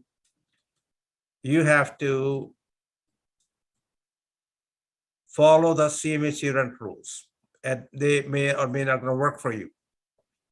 Second thing is detached properties. They are gone down quite a bit, by the way. We all know about it. I'm going to skip this one, but I want to get into Stat Canada. We lost about 43,000 jobs. But again, unemployment rate is still very, very low. We need about 1 million more people in Canada because the baby boomers are retiring, and there is going to be a huge employment opportunities for technology sector as well as health and medical sector. Though, if you're investing in anything to do with real estate, and if you are able to get into anything to do with retirement, semi-assisted living, that could be a money maker for next 20 to 30 years down the road, though. This is something people ask a question: what's the best place to live in Toronto? Where are the most happiest people are? Believe it or not, 3 of them, the top notch, come out to be in Etobicoke North, as a matter of fact. And on the other hand, when people say, hey, what's the best place to hook up with anybody, make new friends, and so on, it all comes North York and Annex. Annex is right beside Bloor and Bathurst area, all the way to DuPont, all the way east to Avenue Road, by the way. That's, again, pretty expensive area, but again, this is a good place in case you want to make some good friends. This is something we need to be aware. A lot of condo projects are canceling. Why? Simply because of the rising material cost and the labor cost, and they can't find a labor enough, though. But in all that, there is something else: the aggressive interest rate.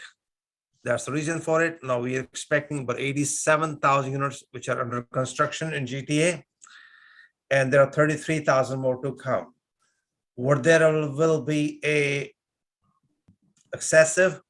Now there is 2 ways of looking at it. People who are crying for there's not enough supply. Now everything's changed. They're saying, no, we have too much supply.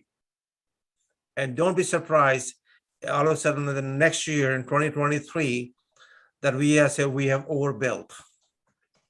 Again, this thing we have seen in 89, we've seen in 74, and we've seen in 2017, where I noticed that property prices dropped by $500,000 per door in Vancouver.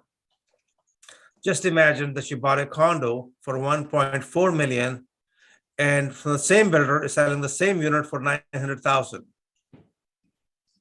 But you bought it on 2 different dates. You bought it earlier for 1.4, hoping the price is going to go up. But again, real estate is real estate, and that's something people who get into speculation is totally different ball game than investing for the cash flow. Where the prices drop the most, again, this is something you might notice. Most of them did drop in the Forest Hill area. It's expensive area, and from property values drop from quite a bit, 31%. I do believe the property values may gonna drop further simply because demand supply. This is something else I need to talk quickly about. It is 0% energy loan for 40 years. This is something most of you do not know that, but you should know there is a grant available for you, which is 0% interest. And it is not in the slide tonight, but there is a 0% second mortgage available in GTA, in Toronto. Is anybody aware of it?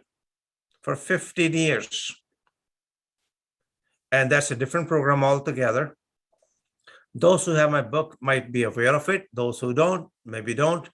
But again, next time I got opportunity, I'll explain to you how do you get a second mortgage at 0% for 15 years. Is that pretty good? If anybody like to say yay or whatever, you can unmute yourself, say yes, it is good. Why wait till next time? It is awesome. Excellent. Thank you, sir.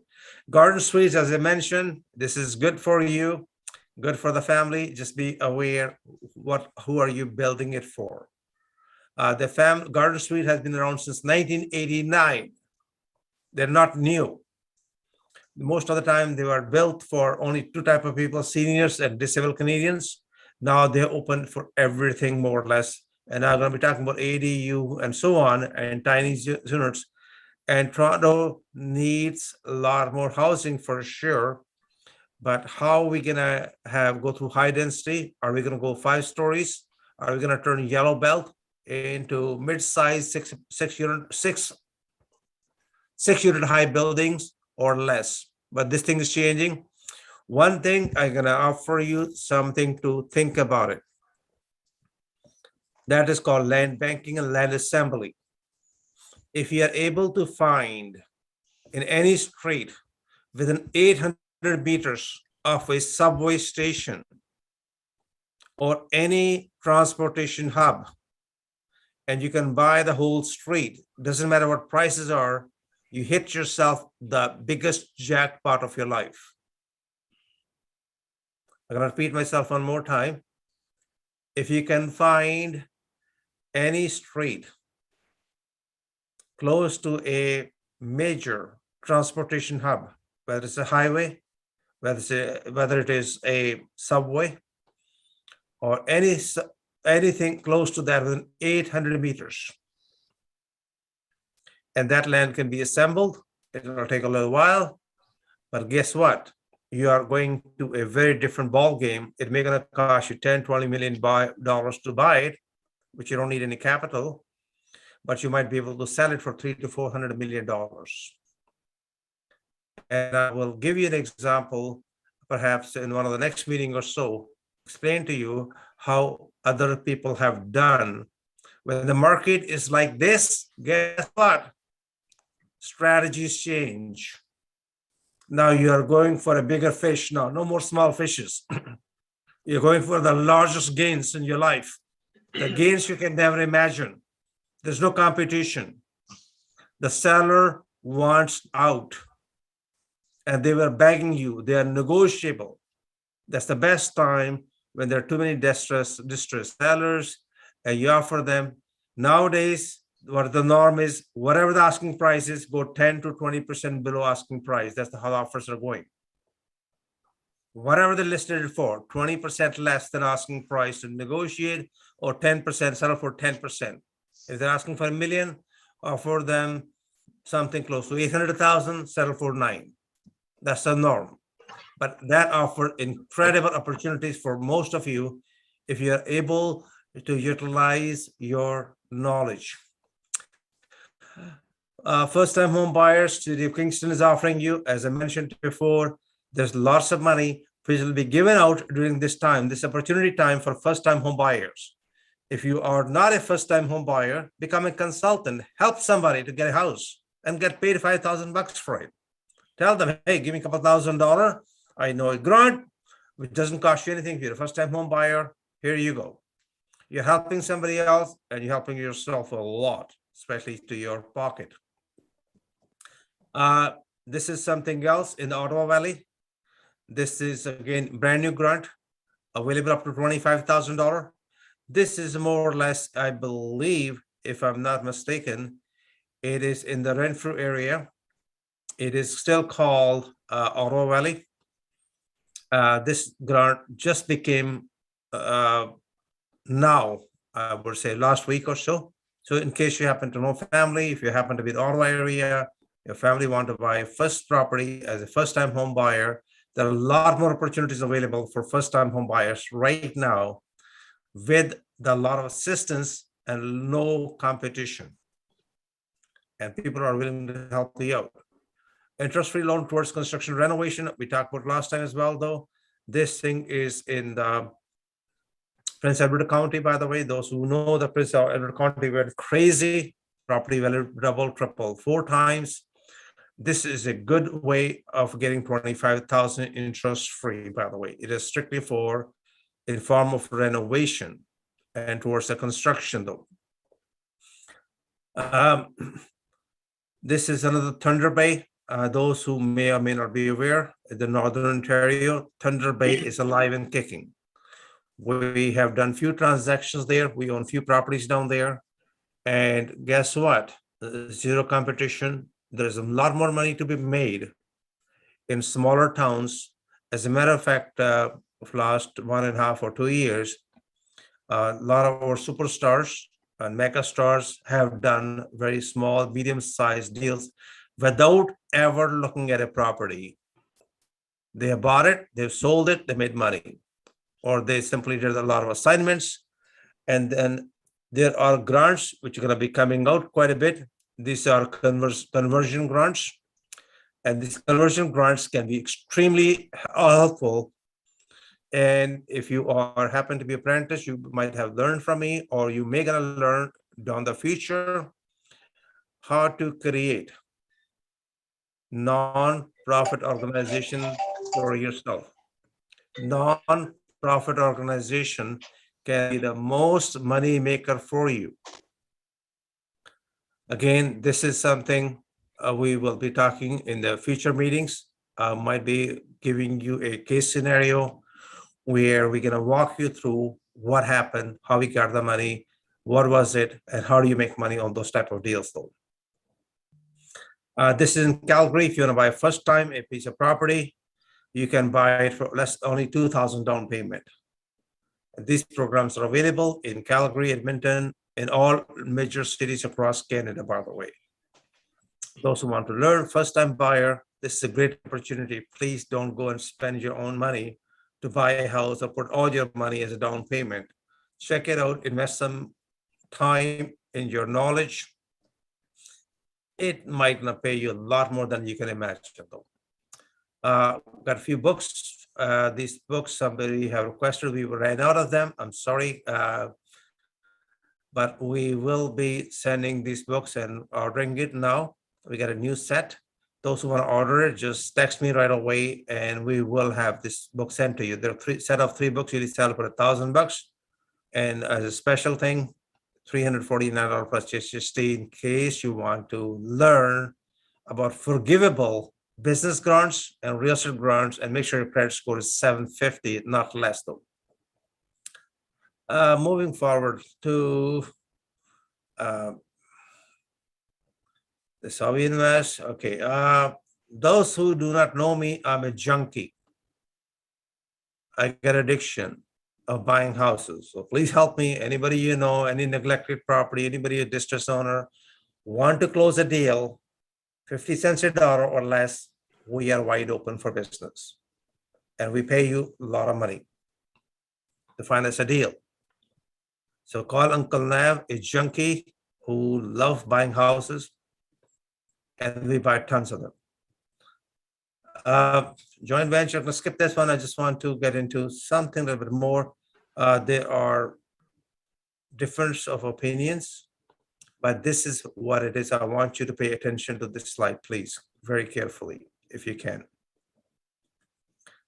This is something we never know, but this is what it is. Over 2 million homeowners in Ontario are susceptible to financial disruption, and any increment in interest rate can trigger them to get what?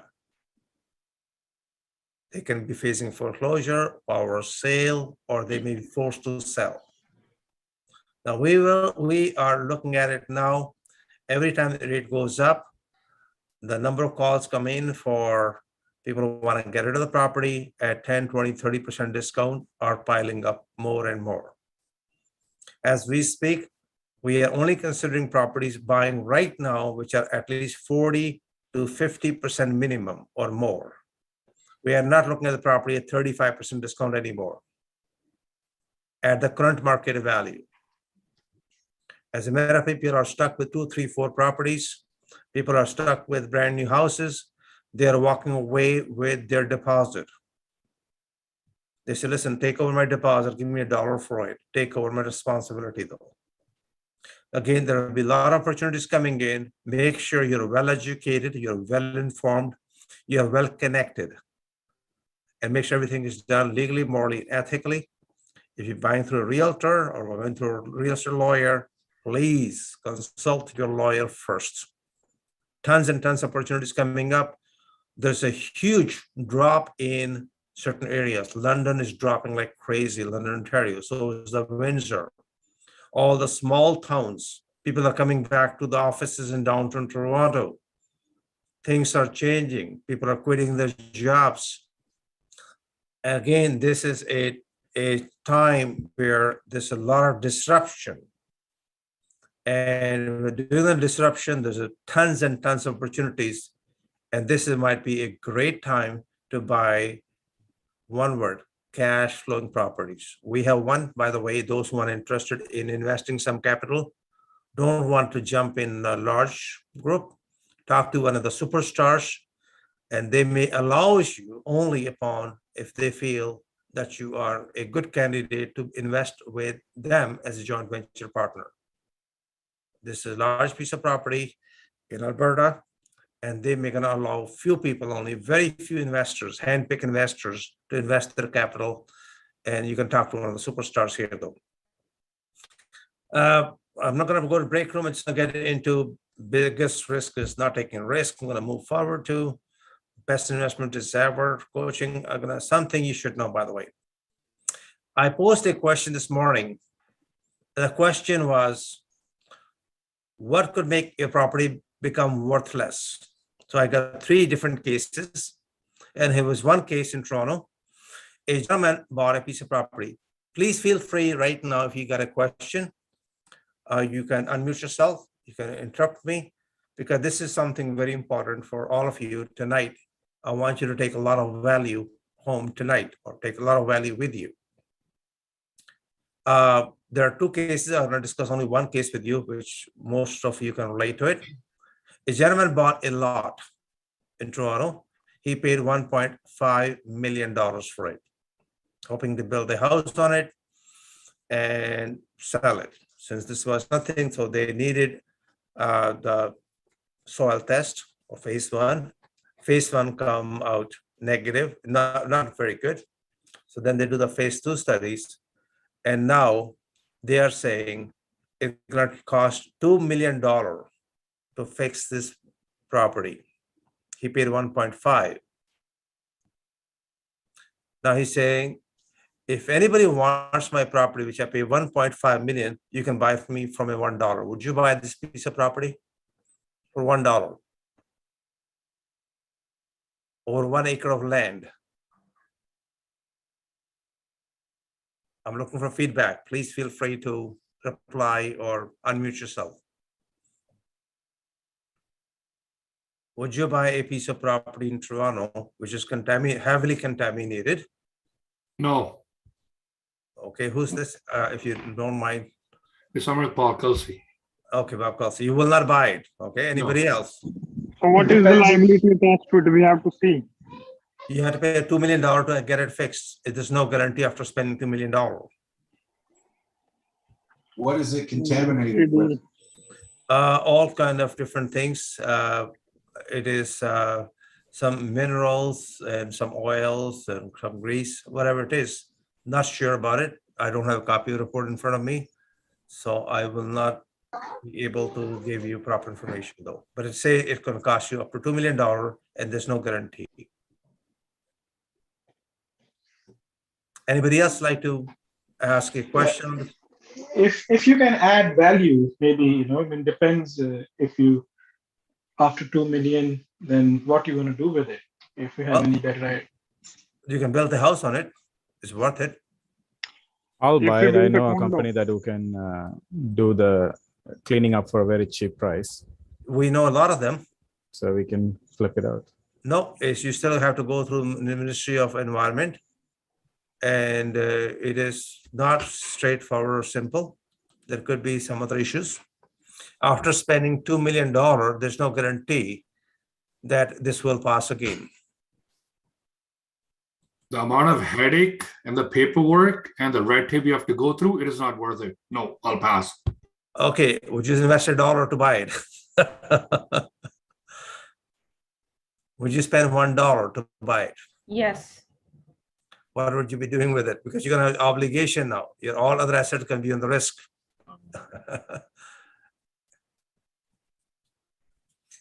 Same thing happened in Nova Scotia, by the way. There's a town called Antigonish, and somebody bought a property worth $350, and now they found some artifacts, and now the property value is $1. So there are about 10 different things, but I want you to be aware. If there is 4 or 5 things you need to be careful with. One is, which is becoming very common, should be number 1, is it called recurrent flooding, again and again every year. That's you can call the warmth or temperatures going up, farmer grow-ups, ground contamination, murders. The next door neighbor is one of the top one, by the way. Neighbors can be very annoying. And, this is something, a stigma will cost you, but take the price low enough, but some will see the potential. At a price, everything is for sale. But in my opinion, an acre of land in the most prestigious neighborhood, did not know that the whole neighborhood is built on contaminated land. And somebody paid $1.5 million in the heat of the moment. So, it's cheap. We can build a house, sell for $7.5 million. Sure, we can. But again, just thought it's a kind of fun when you do your proper due diligence. When you don't, you may gonna end up with losing lots of money. I just thought I'd share with you. This is something I mentioned before last year or two. Every 4th homeowner can be in trouble. Everybody have opinion. These are the headlines from time to time. Yes, it is hurting people. Those who are not aware how bad it is, I have only one humble request. Forget about the headlines, the newspaper and the TV. Go to the food bank. Be a volunteer for a day. And if you got a chance to interact with people, you will come to know exactly where we are in Canada and how many people are struggling, even the smaller cities, the larger city, even the unemployment rate is very low. The living wage should be $22 an hour, not $15 an hour. If you want to live hand to mouth in Canada, the minimum wage should be $22 an hour based upon the inflation, unless otherwise you're just cutting corners and just eating potatoes and chips only. Something about Toronto, in case you want to think about investing it, just take a quick picture of it. These are the areas you should look into it, investing for the long-term basis. I got a couple of suggestions for you, and I might not bring one of the gentlemen, maybe September meeting or August meeting, if I can get hold on this person. This person is a genius, in my opinion, and he's doing a lot of conversions. And he's buying a piece of property for $1 million, spending another $500,000 to $1 million, and turning into $6 million properties. It's a long process. It can take 2 to 3 years, but it's worth it.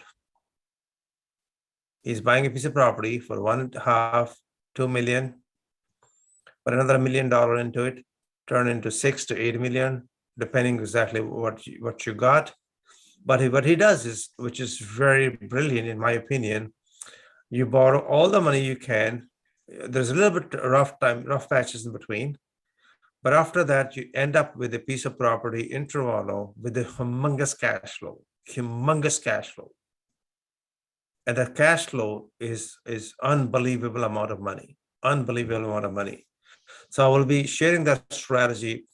And I like to do is, instead of talking about it, I like to show you what this person have done, what does it took, what is the cost, what are the challenges you have to face through. And this 2 years of pain in the neck, even you still have the cash flow coming in, but the 2 years, if you have the patience for it, all you just need is one piece of property and you are set for life, which you can give you a good chunk of money, by the way.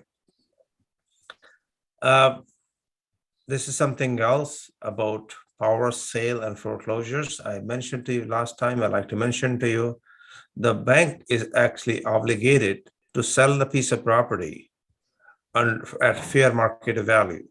But there is a court case, and court case says something totally different. And I want you to please underline only one thing. If you're not writing down anything, please write down only one word: forced sale value. Where you can buy properties and utilize this word. Forced sale value is now not 80% of the fair market value. It is now 65 cents a dollar. So you are saying, hey, under the circumstances, I only buy properties under forced sale value. Forced sale value is 50 cents on a dollar. And you might be talking to a lender or private lenders or people who are stuck with it, whether you're dealing with trustees or whatever the situation is, you're dealing with the courts, whether you're going through auctions, whatever it is though, whether you're going to civil enforcements, and that is a magical word. Please write it down: forced sale value. And it's a very, very powerful word. And the funny thing, this one, you can back it up with, hey, just do the freaking research on the Google and look at the lawsuit, what the court have said is in Canada. And that you don't have to say too much. I'm a bargain hunter, or I don't want to pay much money, but you will find that that word can speak a volume in 3-letter words only. I mentioned to you how to make money. The federal, this grant is still available. Please take advantage of it. Everybody need to get caulking done in your windows, or if you have on the attic, you don't have R50 installation, hey, get it done for you for free. $600 or $700 for the purpose of energy audit. The money come back to you, and this is your money. You are paying for it indirectly. It's a taxpayer's money, by the way. Renfrew is offering $25,000, as I mentioned before. If you're a first-time home buyer, Renfrew is very close to Ottawa, or a little bit north of it. And it's a good opportunities out there. And there are a lot of people living in Ottawa. They can't afford a house. If they're first time home buyer, hey, go to Renfro, get free money, and hey, buy a house. This is something else about, this was very unfortunate, about 1 million Canadians still have to pay back the CRP. And now they extended the date today. I heard from the press release, I believe it came from Minister of Revenue from the Canada, from the federal. They're extending the date to December 31st, 2022 to return about 1 million Canadians who took the money, which they were not actually qualified for it. Blue Monday, the best day if you want to negotiate any deal. I don't know what is psychology behind it. People are different on Mondays. If you have to negotiate a deal, please try it at least once and give us a feedback. How does it go? The best day to negotiate any deal, especially real estate, especially when you're buying a distressed property, a deeply discounted property, after the weekend is over, people are tired, they're just gonna get rid of it. Our upcoming event on 16th, I'm gonna mention to you, we have a class on July 14th, this Thursday, 6:30 to 9:30. Those who never have attended the master class, please attend it. Cost of $100 plus HST. Flippingforprofit.ca, different strategies. They are changing now as we speak. Either say foreclosures, power sale, repossession, code violations. That's becoming very common, by the way. Bankruptcies, pending distress sellers, you name it. There are about 22 different strategies. If you never attended one, please get yourself a ticket. You'll be glad you did. It's the best investment, in my opinion, you will never make. We have this is done, by the way. It was June 29th. Those who were able to come with me in the field training. There was one piece of property sold in the tax liens in Toronto for $38,000. That property, in my opinion, was assessment values about 90,000. I do believe that property was sold at one time close to 200,000. It's a commercial property in a dead shopping center. And there are a bunch of other properties which were canceled or nobody was bidding on it. Those properties are available. Two properties, in my opinion, are totally contaminated and people are afraid to make anything. They are larger properties. Again, those who are familiar with tax liens, make sure you do your due diligence. It was great to see about 25 of our apprentices there, or 20 or 25 people there. It was short, sweet. We had two gentlemen came from Montreal, one gentleman came from Winnipeg, but most of them were from Toronto, except one lovely lady called Teresa. She came from Windsor. It was good to see. It's different energy when you go in the field training. If you got a chance, please make sure you attend live field training. It's not free at all. If you're an apprentice, then it comes as a package. Our next apprenticeship is coming on July 23rd, 24th. Those who are registered, great. We may not be taking new people in, but if you are only one person, you want to get in at the last minute, let us know, see if we can get you in. Otherwise, you might have to wait till September, October. We are only offering apprenticeship now once or twice a year. And by next year, it'll be once in a year. And those who are interested in learning the trade, this is the opportunity for you. Check before you invest. Please do not jump on that. Anybody who do not know, well, come invest with me, your 100,000 going to become 200,000. Check before you invest.ca. Stay away from that making quick money overnight. No, thank you very much. Learn the trade and make sure you are in control of your money. You're investing your money yourself, but you're learning it. And you're hoping somebody else is going to make you money. There are too many scams happening in real estate. There are too many people getting caught. There are about 600 or 1,200 properties are in trouble in Saskatchewan.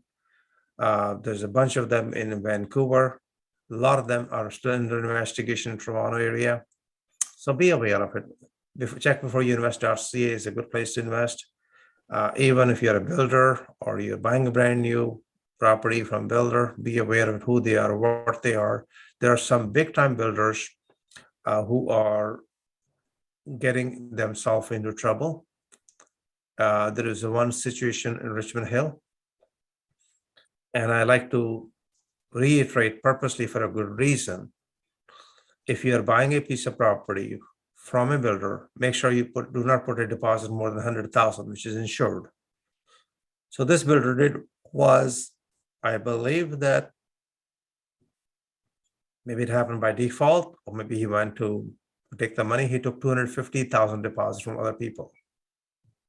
So he ran away by filing a bankruptcy, making more money by filing bankruptcy instead of building it.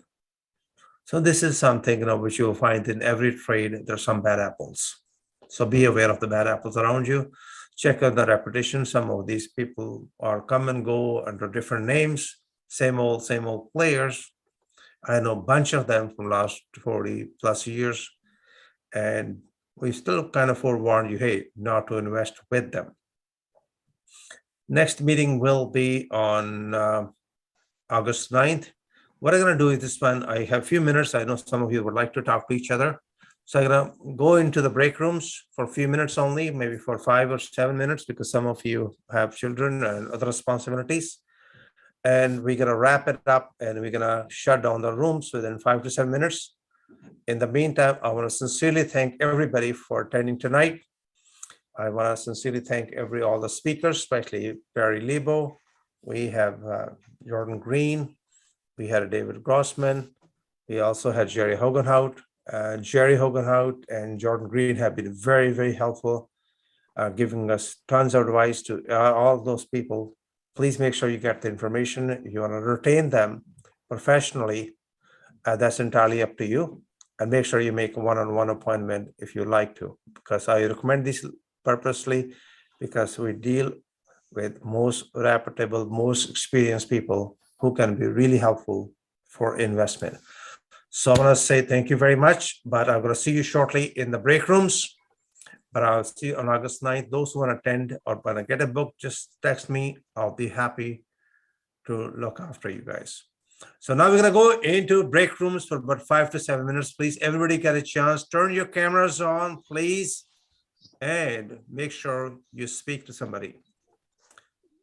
The rooms are open in next 30 seconds. Good night, everyone.